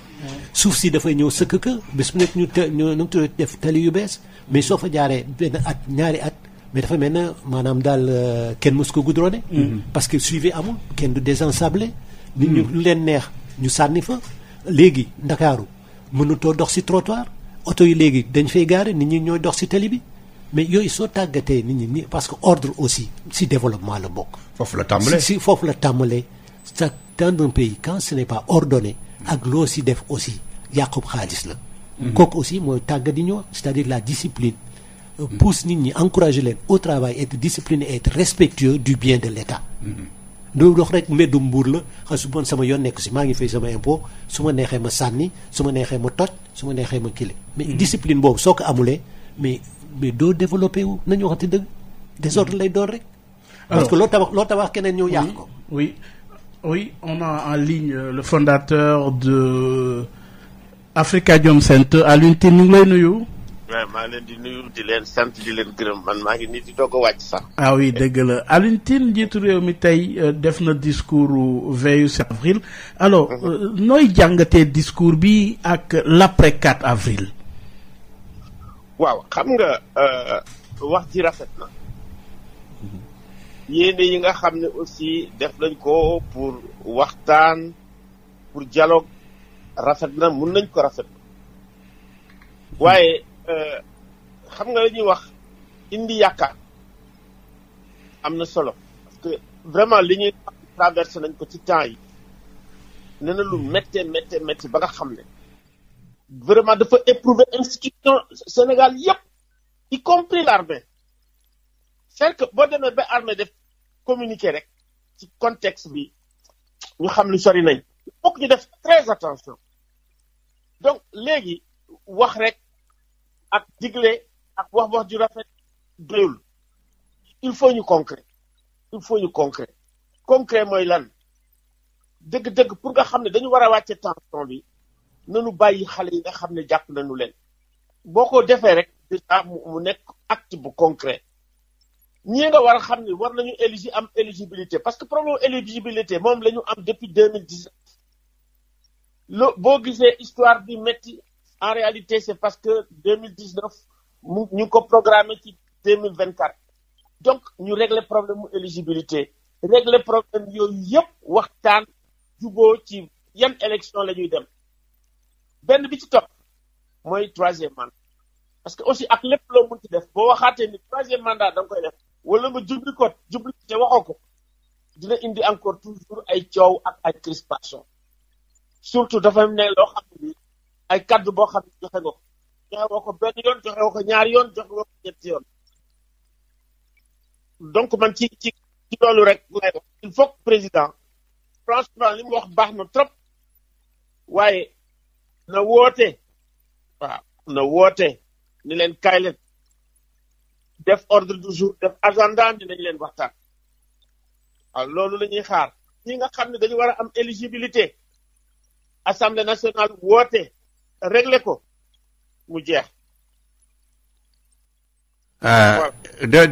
man la Dambabou dafa am benn affaire boo xam ne man yàgg naa ko bëgg a laaj surtout ñi nga xam ne ñooy wooye seen bopp société civile normalement tey jii buñ doon defaree wala cadre de dialogue ñoom la ñu waroon woo dénk leen ko mais est-ce que yaakaaruloo ne aussi boo defee statistique sur des déclarations de l'opposition 80% ce sont des déclarations reprises par la société civile. c'est xam nga daaw ma yeggale par exemple wax nga léegi tudd nga armée communiqué bi mu def Mais c'est en réponse à un communiqué. Est-ce que vous ne dites pas aussi aux autres, non, ne mêlez pas l'armée là-dedans? Quand des gens disent, avec ou sans autorisation, on va violer la loi, on n'entend pas la société civile dire à l'opposition, ça aussi, c'est pas acceptable dans une démocratie, etc. Est-ce que vous ne pensez pas que ça nous pose un problème d'arbitre? déedéet man posé wu ma problème parce que tey problème yi nga xam ne mooy espace civique man bi ma defee sama rapport Mali maa ngi jóge ni Genève def sama rapport Mali ci espace civique laa ko def ça veut dire que journaliste bi mënul liggéey défenseur des droits de l'homme bi mënul wax lu ko ne bu waxee ñu tëj ko opposant bi bu waxee ñu tëj ko situation boobu du situation Sénégal rek situation fépp la ñu ngi ci war a def une réunion sax ci biir Nations Unies donc ñun dañu nekk ñoo xam ne défenseur des droits de l'homme ak des libertés fondamentales tey su fekkee ne dama ne da ngay marché te marché nekk liberté constitutionnelle administration rek préféré mënul jóg ni doo marché te bu am déedéet juge boo war a mun a def loolu te foofu tamit ay jéego loo xam ne war nañ koy def boo demee Niger bii nga ne damay marché préfet bi refusé nga dem ci juge bi dafa naan demal marché yooyu en réalité day def ay jéego yoo xam ne dañ koy def ñu avancé te marché bu amee souvent day am jàmm léegi problème mu kii bi nga wax nu mu tuddati. armée bi nga wax. waaw quand des citoyens se réunissent pour ci sax wax naa ci. pour dire que armée bi laa waxtaanal moo tax ma bàyyi. rek li ma la wax ci armée bi. waaw. dama ne à la limite cette réaction de l'armée tax na sax peut-être ay kii am ñu jege yoo parce que armée li mu leen wax dafa leer il faut ñu def attention ak armée gis nga armée xam nga lan moo koy teg ci lan moo koy téye ci biir caserne am. nga respecter état de droit respecter liberté fondamentale ba pare ngeen respecter te yéen politiciens yi man de toute façon histoire opposition bi yow Damba bu xam nga dëgg neex yàlla. waaw yéen waa Sud xam ngeen ma ci. depuis temps wu Abdou Diouf bi nga xamee ne dañuy noggatu ak Abdoulaye Wade dañuy doon jàppale Abdoulaye Wade parce que dañ ko doon noggatu parce que pouvoir bi boo ko amee da nga koy bëgg garder bu ko bëgg jege da ngay fiir te loolu moo xew te fiiraange bi am fii ren moo gën a métteeti Wade fiir na fi mais am na au minimum loo xam ne da ko doon def mais brutalité policière yi ñuy vivre Sénégal tey mosuñu ko vivre. li nga wax xaw nañ fi yàgg de. 88 il y avait au moins 800 arrestations 88 il y avait au moins 800 arrestations à Thiès et que seulement c'était 300 et quelques. C'est pas nouveau. Je suis d'accord. Et de 62, 42 Sénégalais ont été tués par l'armée. Il ne faut pas mettre dans la tête de nos enfants que lu bees la lu mi ngi door a am. defal ndànk. oui bon defal ndànk bu baax ma wax loolu ma expliquer la benn affaire bu xam ne moom laa xalaat. gis nga 88 bi ñu amee crise bi moo indi 91 88 89 moo indi 91 ñu commencé am le kii nu mu tuddati naka lañ koy waxat la loi électorale consensuelle. c'est-à-dire crise yi ñuy am. ci biir démocratie. dañ koy faj ak waxtaan. crise démocratique c'est normal sax muy am. régulièrement. Baba Diop moo bëggoon a wax ak yow. waaw Alioune. waaw Baba mani waxtaan wi. conditions yi en tout cas ñi ñu déglu tey mooy il faut que président daal ni du présenté wu. est-ce que loolu condition sine qua non pour waxtaan la nan la ñuy def boog pour que waxtaan yi am parce que nee na effectivement. il est d'accord pour man du condition sine qua non. pour man du condition sine qua non bu fekkee dañu bëgg waxtaan dañu war a jël yépp def ko ci panier bi ñu def waxtaan sans préjugé suñu waxtaanee nag mu am loo xam ne mu dafa génne mais pour man benn kii li may wax daal mooy président su fekkee ne bëgg na waxtaan bi neex confiance am ñii nga xam ne daf leen jàpp na leen bàyyi waaw bu leen bàyyee na nit ñi dem waxtaan jël lépp dugal ci biir panier bi waxtaanam koy sama xalaat. mais lan la ñu war a waxtaanee ci yow. mais surtout li focaliser kii bi yëpp tension bi yëpp mooy loolu mooy wax na ni doo nu mu tuddati kon constitution bi verrouillé na que sa moom si boppam waxagul ba tey ndax dafay dem wala du dem. waaw xam nga loolu moom. dëgg neex yàlla. am naa 4 ans nga waat nga wax ne li mënuta ne jàngoro bi ñu amoon entre 2012 et 2011 et 2012 faj naa ko par nul ne peut ki ko bind wax ko xam nga loolu sens la déjà ça veut dire que sens la boo dellu see nga ni sens boobu amul en fait sens ça reste mais yow ci sa yaa changé problème bi problème mu droit la problème mu constitution ak problème mu pouvoir problème bi ñu réglé nag mooy pouvoir bi bu fekkee ne dañu nekk en démocratie dañ ko mën a passer muy dem muy am alternance régulière am oxygène régulièrement loolu tam ci démocratie la bokk te moom daf ko xeex donc bu ñu toogee ba fii nga naan damay def ak ma dugg da nga indi ay tension rek kooku moom lu leer na troisième mandat am day indi tension mais pour man ça peut pas être une condition pour que ñu waxtaan wala duñu waxtaan. fu may daanelee daanaka foofu laa tàmbalee woon mais ñoo nuroo mooy balaa ma lay bàyyi Omar pour nga peut-être nga defal ñu benn résumé li nga xalaat ci français. ba tey xam nga dama dégg benn bis Fou Malade muy wax ak benn ministre ne ko dama la yóbbante ci président Macky Sall wax ko ne ko na yërëm nit dof bàyyi ko waa ji ne ko duma ko wax parce que président amu ci droit mais si yéen politiciens yi wax ne nañu am état de droit nañu suivre institution nañ suivre li loi yi wax peut-être président niveau intervention nit ku ñu jàpp feneen la bu fekkee yéenay wax ne ko président bàyyi dafa mel ni yéen seen bopp yéenay delloo président pouvoir bi ba ku mu neex mu jàpp la ku mu naqari ku ko neexul mu bàyyi la nga génn est-ce que loolu am na ci droit dans un état de droit. déglul ma wax la rek. lu leer président ci boppam moom ci boppam. aujourd'hui suñu pouvoir judiciaire ak pouvoir comment dirais-je exécutif pratiquement amul discontinuité ça veut dire que président ci boppam mooy président bu magistrat bi waree yéeg moo ko war a yéegal moo ko war a nommer moo koy yéegal ci kaw mais loolu moo indi problème yi ñu am yëpp. procureur dafa am doole mais procureur kat moo koy jox ndigal président bu fekkee ni problème politique la moom mooy jox ndigal ministre bi jox ndigal procureur dawal li muy dawal. mais kooku daf fi yàgg indil ñu woon ay problème yu rëy et puis day am ay problème ay moment yoo xam ne dañ am li ñuy wax ay dilemme maanaam est-ce que ñu toppee dëgg wala ñu topp justice réew mi du daan réew mi taxaw moo gën léeg-léeg nga xaw a jëlee ci justice yooyu yëpp day am.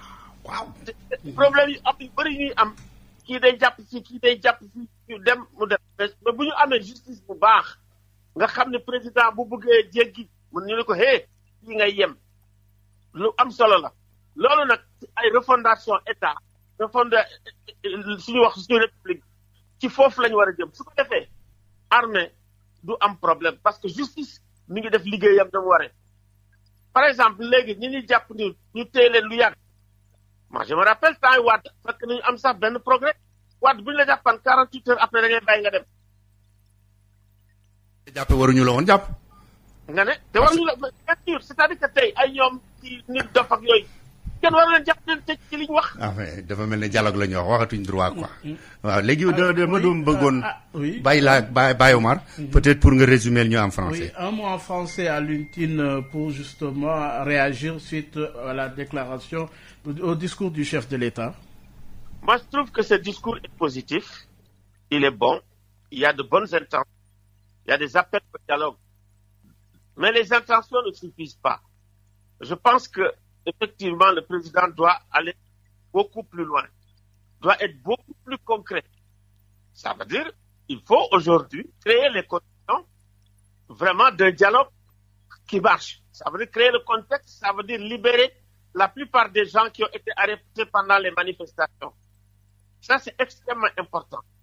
Et puis, ça crée aussi créer les conditions de sincérité. Ça veut dire qu'il faut formaliser l'appel au dialogue.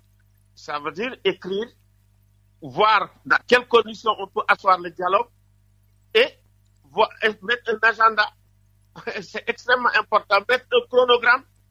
Parce que depuis qu'on dit que, voilà, on va régler la question de l'éligibilité, c'est une des questions fondamentales que nous avons aujourd'hui.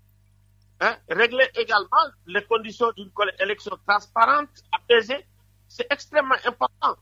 Parce que tout de même, quand même, nous avons vécu cette année, vraiment une année terrible, hein, avec des brutalités policières et des violences politiques, vraiment qui ont fait peur à tout le monde.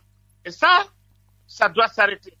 Et c'est au président de la République de prendre les initiatives les plus appropriées pour arrêter ça. Il apparaît que, en tout cas, les opposants disent que quand même il y a le préalable, c'est que le président se prononce ouvertement en faveur de sa candidature ou de sa non-candidature. Écoute, moi, personnellement, dans le cadre du dialogue politique, je me dis, on met tout dans le panier. Il n'y a pas de préalable. Ça se discute. Voilà. On dit, bon, la question du troisième mandat, on le met dans le panier. Et les gens vont discuter sur la question du troisième mandat et tous les problèmes. Tous les problèmes. Pour aller vers des élections vraiment apaisées. Nous, par exemple, nous disons que le président de la République, pendant 4 ans, a dit qu'il ne peut pas le faire. Et en réalité, qu'il avait corrigé, comme on dit, le dysfonctionnement qui pouvait permettre de faire un troisième mandat. Donc, en mettant nul ne peut. Voilà. Le rédacteur et l'interprète qui dit nul ne peut. C'est un sens. Ce sens-là, tu l'as pilonné pendant 4 ans dans la tête des gens. Et du jour au lendemain, tu dis je peux. C'est pas possible pour quelqu'un quand même de cette nature. Ça veut dire cette autorité. C'est une véritable autorité, le président de la République. Mais selon vous, c'est une question de droit. Aluntine, oui. Selon vous, qu'est-ce qui empêche le président de se prononcer? Mais écoutez, lui seul le sait. Hein. Moi, j'ai l'impression qu'il a l'intention de le faire, mais il faut l'en dissuader. Il a une très forte intention.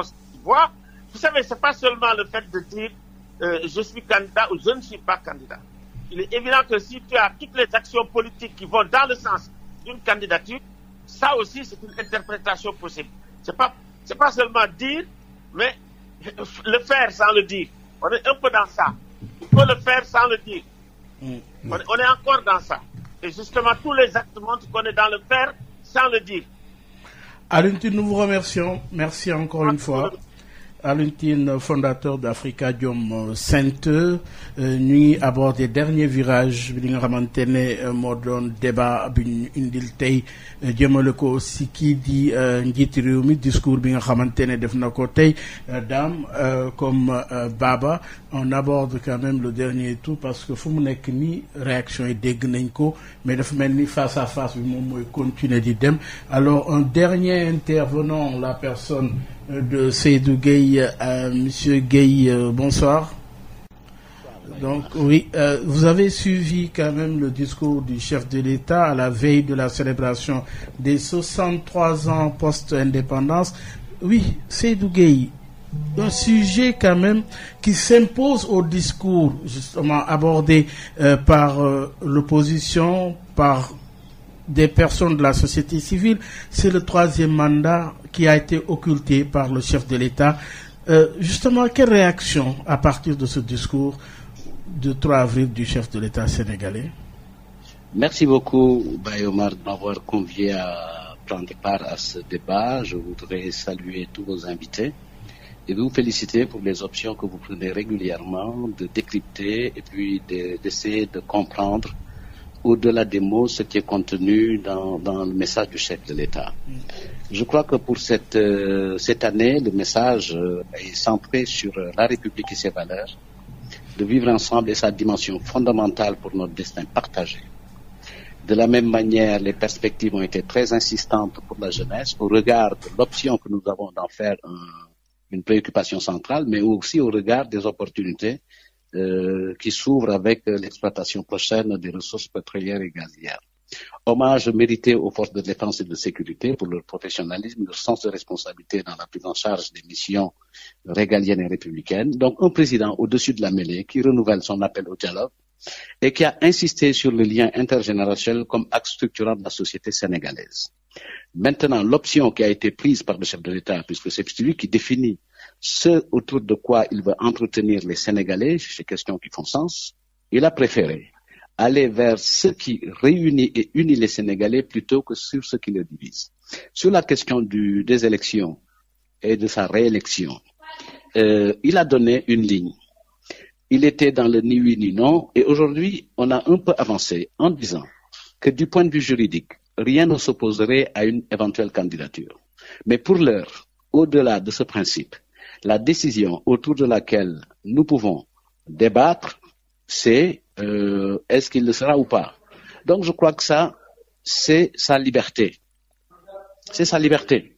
Et en démocratie, je ne vois pas de mécanisme par lequel un citoyen, quelle que soit son importance, puisse interdire à un autre d'être candidat, puisque le tout est soumis à une autorité qui doit décider quelles sont les candidatures validées pour que celles-ci entrent en compétition. C'est après le choix des Sénégalais qu'intervient la question du mandat, puisqu'il ne peut pas y avoir de mandat si les Sénégalais ne vous ont pas confié la mission de conduire leur destin. Donc pour l'heure, je crois que le débat, il anime les chaumières, il est une question passionnante pour les uns et les autres, une question clivante pour beaucoup, mais je pense que dans un conflit ou dans une question de nature démocratique, il est plus sage, il est plus indiqué et plus utile de redonner la parole au peuple qui, en toute souveraineté, tranche.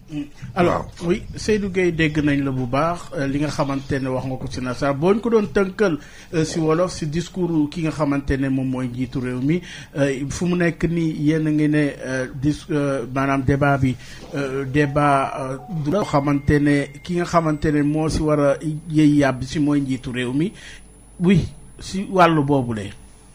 waaw li ñu bëgg wax rek mooy rafetlu kàddu yi nga xam ne njiitu réew mi yëkkati na ko kàddu yoo xam ne dafa tegu ci li nga xam ne moo nu boole te nu bokk ko te mënuñu ko seetoo buy république bi ak valeur yi mu àndal ak li tax ñu bokk ñun ñëpp nekk sénégalais ndaxte dafa am fu ñu bokk suñu devise wax na ko benn peuple lañu benn yoon lañu am te benn gëm-gëm lañu war a am waaye mu bàyyi xel lool ndaw yi nag ci li mu yéene ci ñoom ak li nga xam ni suñu borom baaxe nañu ko mu nekk ay meññant yoo xam ni bu nu ko commencé jëriñoo ndaw yi dinañ ci am wàllu bu baax et ñi nga xam ne ñoo yor suñu kaaraange it delloo leen njukkal ndax seen taxawaay donc président Lal boo xam ni taxaw na taxawaayu kilifa daal di wax ci li nga xam ne moo nuy gën a boole li nga xam ne moo am solo li fi mag ñi bàyyi ñu war ko toppatoo war ko mën a jox ñiy ñëw ëllëg parce que loolu mooy tax mooy Sénégal moo tax ñu naan benn bopp la kenn mënu koo xar ñaar rafetlu it taxawaay bi mu taxaw ne ubbi na buntam mi ngi wax ak nit ñi maintenant dafa tànn ci li nga xam ne moo nu gën a mën a boole waaye lépp lu ñuy féewale rek mu teg ko fële bokk na ci li ñu mën a féewale mooy élection yi jublu ndax day bokk wala du bokk foofu tegtal bi leer na joxe na ni ci wàllu yoon ñu bare addu nañu te moom ci wàllu boppam jàpp na ni gisul lu ko war a mën a gàllankoor ba du nekk candidat bu waxtu wi jotee dinañu wax démb dafa ne woon xamul du waxul waaw waxul déet tey nee na am na luñ ci mën a yóbbu li ci des moom mooy moom dogal bi gannaaw mu xayma xool ak libertéem parce que jàpp ni fi mu ko teg foofu am na ci raison mooy ci démocratie amul benn citoyen bu war a mën a tere moromam mu nekk candidat parce que dafa am yoon yu ñu koy jaarale kuréel goo xam ni moom lañ jox ak yelleef te bu ko nangoo boo ko nangoo ba mu def la candidat boo amee ndam moom lay tegaat nga toog parce que mission bi la Sénégalais yi dénk moom moo koy soppi mu nekk mandat ñu ne la diir bi ba fii yow la ñu dénk pour nga tracer pour nga doxal yoon bi donc waxtaan woowu fala budda dina am mais tey jii li ëpp solo mooy nañuy wax ci li ñuy boole ak liy suqat suñu république suñu démocratie option boobu man ànd naa ci président de la république oui vous gardez l'écoute une question de Dambabou après celle de Baba Diop waaw Seydou maa ngi lay nuyu ba maa ngi lay fay grand voilà bon ci question bi nga mujjee boobu rek laa lay poser question xam nga dëgg la de wala fii dañu naan benn réew la kenn waru ko benn bopp la kenn waru koo xar ñaar kenn mënu koo xar ñaar bopp yi xar yëpp affaire politique moo ko xar manees na koo xar manees naa xar bopp bi dañ ko warul a xar problème waaw dañ ko warul a xar ndax boo ko seetloo li ma jàpp ci li nga wax mooy nañu déglu ba conseil constitutionnel wax moom mooy mais xam nga conseil non dama ni nañu déglu ba président wax ba pare waaw da nga wax ne da nga yokk ci ne conseil constitutionnel rek moo war a wax kuy bokk ku dul bokk conseil constitutionnel barabu attekaay la ñaar ñu xuloo ba dem ci barabu attekaay la ñuy atte ñu bari dañu yaakaar ne président Macky Sall ni mu xoole woon Sénégalais yi ne leen bii laa leen di mujj wax woteel leen ma jarul ñu ciy xuloo ba yegg ci conseil constitutionnel ñu bari dañu jàpp ne moom réglé woon na ko bu leer nee na leen woon du ma dellu ci waat ne leen woteelaat leen ma même bu ko yoon mayee ñu bari dañu jàpp ne et nag tension bi li koy def bu ngeen xaaree conseil constitutionnel dana fekk bopp bi am ay deret yu tuur boo mooy tuur ci bopp waxuma ko kii laa wax comme li nga waree su koo xar ñaar bopp bi. dinaa la tooñ léegi. nag sama mbokk naari ñoom dañoo ragal. waaw waaye nag ragal nag. waaw nit dafay ragal. ragal ci fit la bokk teel a wax lii. ci fit la bokk teel a wax lii li mën a indi problème. dañuy ànd ak yow ci li ngay redouter. mais dama jàpp ñaar. benn bi bu ñuy xool ci étymologie dëgg-dëgg conseil constitutionnel du àttekaay kese. bërëb la aussi buy jox ay conseils. bërëb la boo xam ni lépp luy jàngat bu ñu war a am ci constitution moom moo koy def. waaye nag dafa am loo xam ni dama ko jàpp gëm ko. mooy ki ñu tëj kaso mu génn tey ci suba. bu ko neexee. mu ne man dinaa jël samay kayit jébbal ko conseil constitutionnel parce que moom lañu jox ak yelleef pour muy àtte donc loolu buñ ko nangoo dinañu door a mën a wax ni sénégalais bu nekk am na sañ-sañu ni dama bëgg. kooku mooy ki xuloog société ba pare ki génn kaso. moo tax ñoo wax waa àttekaay. bu def woon lu ko yóbbu kaso àtte nañ ko c'est-à-dire que génn kasoom am na sax lu ñu mën a wàññi ci ay àqam ak yelleefam waaye am na sañ-sañ bi loolu dañ ciy d'accord parce que démocratie. ci ay règles lay tënku ak ci ay procédures ñaareel bi nag mooy kàddu bi nga yëkkati mooy moo waxoon lii daal tey ñu njort ni dafa wax leen mais dañu war a jàpp ni waxagul dara loolu aussi war nañ ko nangu waxagul dara parce que nee na leen su jotee man dinaa ko wax mais waxagul dara kon nag dañ leen teylu rek te déglu te jàpp ni li ëpp solo ci réew mi mooy jàmm ji sax fi. li ëpp doole ci réew mi mooy suuxat république bi li ëpp doole ci réew mi mooy ñu waxtaan ci li ñu bokk xam ci lan la ñu mën a ànd bu ñu déggoowul yoon dañ ko fi teg pour ñu déggoowul ñu leeral ko donc foog naa ni loolu mooy éthique bu république. Oui, Seydou. yàkkati nañuy fii kàddu. Seydou, une question de Baba Diop. Oui. Oui, puisque vous l'avez dit en français, donc je vous le répète en français, vous avez dit que ce débat-là sur la déclaration du président s'il va être candidat ou pas, que ça anime comment vous l'avez dit encore, les chaumières. Ça anime les chaumières. Quand même, quand il y a des manifestations, des morts dans la rue, ça dépasse largement quand même l'animation des chaumières. Absolument. Ah, alors, mais pourquoi vous dites que ça anime, que c'est un débat qui anime uniquement les chaumières? Non, j'ai dit c'est un débat qui a animé les chaumières, mais c'est un débat aussi qui a eu son cortège de drames regrettables, condamnable. Et je pense que, au regard de notre niveau démocratique, il est aujourd'hui absurde qu'on perde la vie pour des causes de cette nature. Ça, c'est le principe auquel je crois fondamentalement. Ce qui semble important, c'est que l'espace public appartient aussi bien et dans les mêmes normes et les mêmes termes à celui qui veut manifester qu'à celui qui ne veut pas manifester. Et l'autorité administrative régule sur la base d'un principe d'autorisation, d'interdiction. Et dès lors qu'on est en démocratie, il faut accepter. Allô? Nous entendons.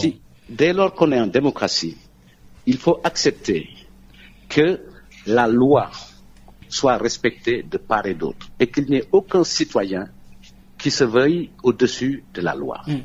Et sur le plan du principe, je pense que dans le débat, il y a un malentendu assez régressif. Mais ça, je suis bien d'accord. Je suis bien d'accord avec vous. Mais seulement, je veux dire, c'est l'urgence. Les populations, en tout cas, les gens attendent que le président se prononce. Ça veut dire que dans ce discours, c'était ça, l'attente. Oui, ça fait partie des attentes. Mais il y a une attente aussi d'une plus forte portée.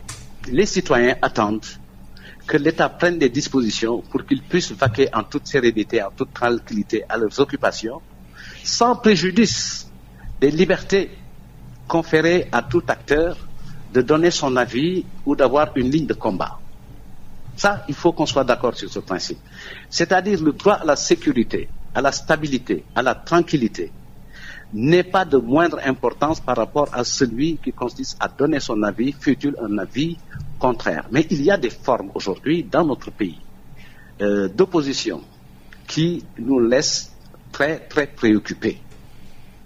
Puisque quand il s'agit de la subversion, quand il s'agit d'une sorte d'appel à l'insurrection, quand il s'agit de défiance, je pense que le pouvoir, notamment le pouvoir exécutif, doit jouer son rempart contre la violence illégitime. Et il ne faudrait pas qu'on fasse passer les outils de gouvernance pour des instruments de brutalité. C'est ce que je crois fondamentalement. Alors, M. Duguay, merci.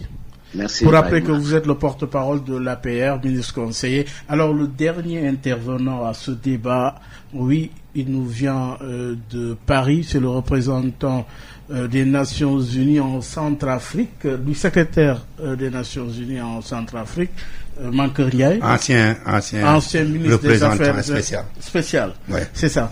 Et ancien ministre également des Affaires étrangères. Voilà. Mankeur Ndiaye en ligne avant de boucler ce débat. Alors, pour wax rek ne réaction yi bëri na.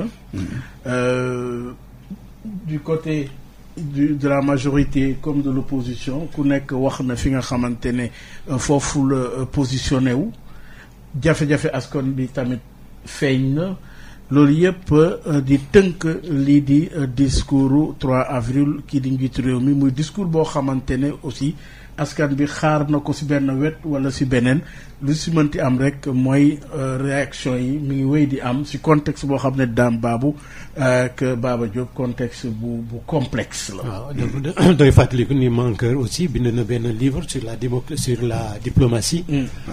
Effectivement 20 ans à la place. Donc est-ce qu'il est en ligne ou bien? waaw ci kanam tuuti donc technicien yaa ngi koy woo donc jot nañ ko sànq mu war a réagir ci li nga xamante ne mooy discours bi daal. Bon, je pense qu'en attendant que Mankeur arrive, peut-être qu'on n'aura pas le temps d'épuiser un débat que je souhaitais effleurer.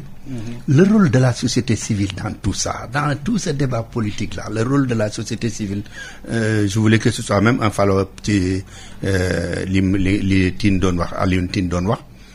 Loolu est-ce que mënuñu quand même yaakaar peut-être ci yeneen jamono ñu dem ba yegg foo xam ne société civile dootul am ay ñu ngi leen di dafa mel ne. waaw Mankeur mi ngi. monsieur le ministre ñu ngi lay nuyu.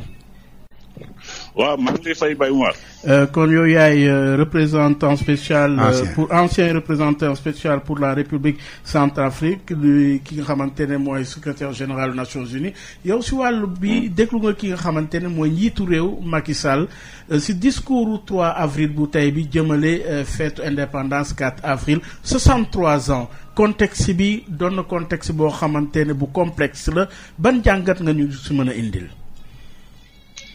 waaw maa ngi lay gërëm bu baax Baye Oumar ak booba ñu ngi bokk ak plateau bi surtout ak sama xarit ak sama am di jàmm. Dame Babou et Baba Diop. maa ngi leen di suivre depuis Baba Diop depuis 1 heure de temps maa ngi leen di suivre depuis Paris. Je suis arrivé ce matin pour différentes réunions. Alors damay rafetlu discours du président Macky Sall bi nga xam ni mi ngi inscrire ci trame des discours des chefs d'État à la veille du 4 avril, pratiquement depuis l'indépendance. Dama doon avertir depuis hier ci xoolaat les discours des chefs d'État à la veille de la fête nationale depuis le président Wade en 2000. xoolaat naa discours yëpp. Je pense que c'est important aussi pour ñi nga xam ni c'est des chercheurs ñu xoolaat discours yi. Et insistant sur les discours du président Macky Sall depuis 2012 à la veille du 4 avril. C'est dans la même trame des discours de chefs d'État. Parce que c'est des discours solennels. C'est des messages yi nga xam ni président de la République ci am droit constitution moo ko may muy adressé à la nation. C'est pas seulement le 31 décembre ou le 3 avril, mais bu amee ay circonstances particulières le président am na droit ci ko constitution bi sas mu wax ak réew mi. Donc c'est tout à fait normal. Discours président. C'est la même qualité, c'est la même teneur. Et président mënoo ko xaar ci discours yu mel nii muy wax li nga xam ni moom la concerné. Bu ko defoon erreur lay nekk. Ah oui. xam naa ni ñu bari ñu doon yaakaar ni président dafay wax ci affaire mandat bi waru ci wax parce que c'est pas le cadre d'abord. Bu ko defoon erreur bu rëy la. Le président c'est un homme d'État accompli du def erreur yi. moo tax discours yooyu un peu de bilan ngay def ubbi ay perspectives et surtout man li ma gën a retenir mooy perspective bi nga xam ni moom le président ubbi surtout à la fin mooy le dialogue te benn may suivre temps yëpp yàgg naa prôné dialogue parce que man loolu mooy sama métier xam nga diplomate boo koy wooyee ci dialogue di ko woo ci négociation ak discussion xam nga woo nga ci li nga xam ne moom mooy cërëb donc may encouragé depuis des mois de dialogue politique président nee na tal na loxoom tous les acteurs pour ñu waxtaan waaw ku ne nag ñëw ñu waxtaan da ngay dem wuyu ji yow nga indaale yow les termes de référence du dialogue yow loo bëgg ngeen waxtaan ak moom ngeen discuter je crois que c'est une belle perspective man loolu lay saluer surtout et ça c'est extrêmement important surtout contexte bi nga xam ne réew mi fii la toll déglu naa avec beaucoup d'intérêt les personnalités ñi nga xam ne jëlu nu parole ma sœur et amie ñëpp xam ni sama diggante ak Mimi Touré ma bokk ak moom gouvernement mu nekkoon sama premier ministre avant cela ma nekkoon ministre des affaires étrangères mu nekk ministre de la justice déglu naa mon grand frère Doudou Wade déglu naa également mon ami et frère Alioune Tine bi nga xam ne sama professeur la woon également à la fac de lettres en esthétique des genres un très grand professeur déglu naa mon frère et ami Seydou Gueye tout à l'heure je crois que réew mi fi mu nekk dafa soxla dal soxla jàmm soxla waxtaan li ñu wax yépp depuis 1 heure de temps benn perspective laa ko jox mooy dal waxtaan dans l'intérêt bien compris du pays dans l'intérêt de sa stabilité parce que ñoo ngi jëm ci échéance yu am importance le pays est dans un environnement lan ngay waxe échéance régional très compliqué donc il faut que dal am man loolu laay woote une question de Baba Diop parce que sama expérience politique sama expérience diplomatique internationale ak ni ma gisee sous région bi di doxee ni ma gisee àddina bi di ko doxee ma nekkoon ci réew mi nga xam ne réew bu doy waar la mooy République centrafricaine nga xam ni depuis des décennies ñoo ngi nekk ci guerre conflit ku xam lan mooy pays en guerre doo yëy na Sénégal nekk dans une situation de tension et de guerre. Oui, une question. Mani. Oui. Président. Oui. Perspective bu ubbi maa ngi woo sama mbokku opposition yi parce que opposition aussi samay xarit yu bare d'ailleurs am na à un moment donné sax ñu ma doon taxé que j'étais proche de l'opposition je ne suis proche de personne je suis avec le pays. Alors ñëpp laay woo. Oui, monsieur Mankeur Ndiaye. du président ñu Oui. saisir ko. Oui. ñu xool nan ñuy waxtaanee pour que réew mi jëm kanam dans la stabilité. Monsieur Mankeur Ndiaye, une question de Baba Diop. Oui, Mankeur. D'accord. Puisque vous avez rédigé un important livre sur la diplomatie, vous n'êtes pas étonné que le président n'ait pas parlé effectivement des perspectives de la démocratie vu la situation et le contexte géopolitique?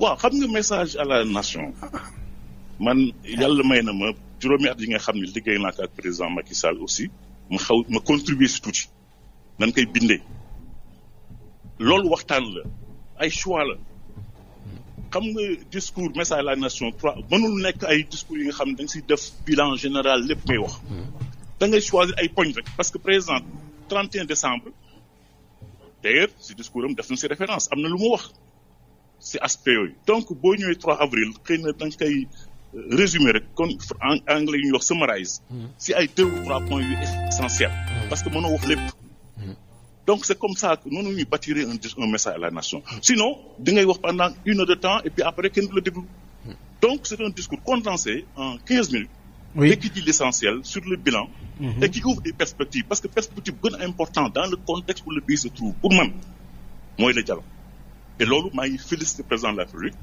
maa ngi inviter tous nos amis de l'opposition parce que je n'ai que des amis dans l'opposition. Oui, alors, monsieur Mankeur Ndiaye, monsieur Mankeur Ndiaye, on est surtout monsieur Ndiaye. sur le processus électoral. Oui, surtout sur le processus électoral. Oui, on a des contraintes de temps en 1 minute pour la synthèse en français de votre réaction rapidement. Oui, ce que je retiens de ce que le président a dit, je crois que son message s'inscrit dans les messages traditionnels des chefs d'État. J'ai eu à parcourir depuis 2 jours les différents messages des chefs d'État depuis 20 ans, depuis ces dernières 20 années, et je me suis rendu compte que c'est dans la même trame. Et je pense qu'il faut retenir de ce message du président, c'est les perspectives ouvertes pour le dialogue politique républicain. Et je voudrais lancer un appel à tous les acteurs politiques, de la majorité présidentielle comme de l'opposition, pour qu'on réponde à la main tendue du président pour un dialogue républicain ouvert, inclusif, sur le processus électoral et sur la meilleure manière d'assurer la stabilité du pays et d'aller vers des élections libres, démocratiques, ouvertes, transparentes en 2024. Merci beaucoup monsieur Mankeur Ndiaye ñu ngi lay gërëm di la sant gannaaw réaction bi nga xamante ne indil nga ñu ko depuis Paris di wax rek ne Mankeur Ndiaye est un ancien ministre des Affaires étrangères du Sénégal, ancien représentant du secrétaire général des Nations Unies. Merci également aux réactions, celle de Aminata Touré, ancienne Premier ministre, Doudou Wade du Parti démocratique sénégalais, Seydou Gueye de la majorité présidentielle, Alioune Tine, fondateur Afrikajom Center, Mounir Ndiaye, économiste. Oui, ñu ngi jéggalu nag si ñëpp ñi nga xamante ne ñu ngi woote pour participer. Je pense que def nañu 2 heures de temps yoo xamante ne nekkoon waxtaan nañu lii di discours 3 avril du chef de l'État. Di gërëm sama naataango Baba jërëjëf. Jërëjëf te doo boole si président xam nga xëy na circonstance yi la. Parce que 1er janvier. dafa correspondre na ak deewu pape bi mu maanaam daal jaale chrétien bi aussi bi wax mi ngi nekk mois de Ramadan. moo tax ma xëy na mu ubbee commencé d'abord si côté religion bi wax rek li nga xamante ne Sénégal moom la am comme spécificité mais aussi comme force mais également comme legs ku nekk war ko téye pour mu bañ a yàqu si loxoom. Dame, jërëjëf. Merci, Bayamar. Merci à nos techniciens, Hassan Thioune, également un grand merci à Awa Thiaw pour l'organisation, mais également ñëpp ñi nga xamante ne jàpp nañu aussi liggéey bi gërëm suñu invité yëpp yi nga xamante ne participer nañu. Oui, les programmes se poursuivent sur la 98.5 et oui, excellente fête de 4 avril, Dame, Baba et à tous les Sénégalais d'ici et d'ailleurs. Jërë ngeen jëf.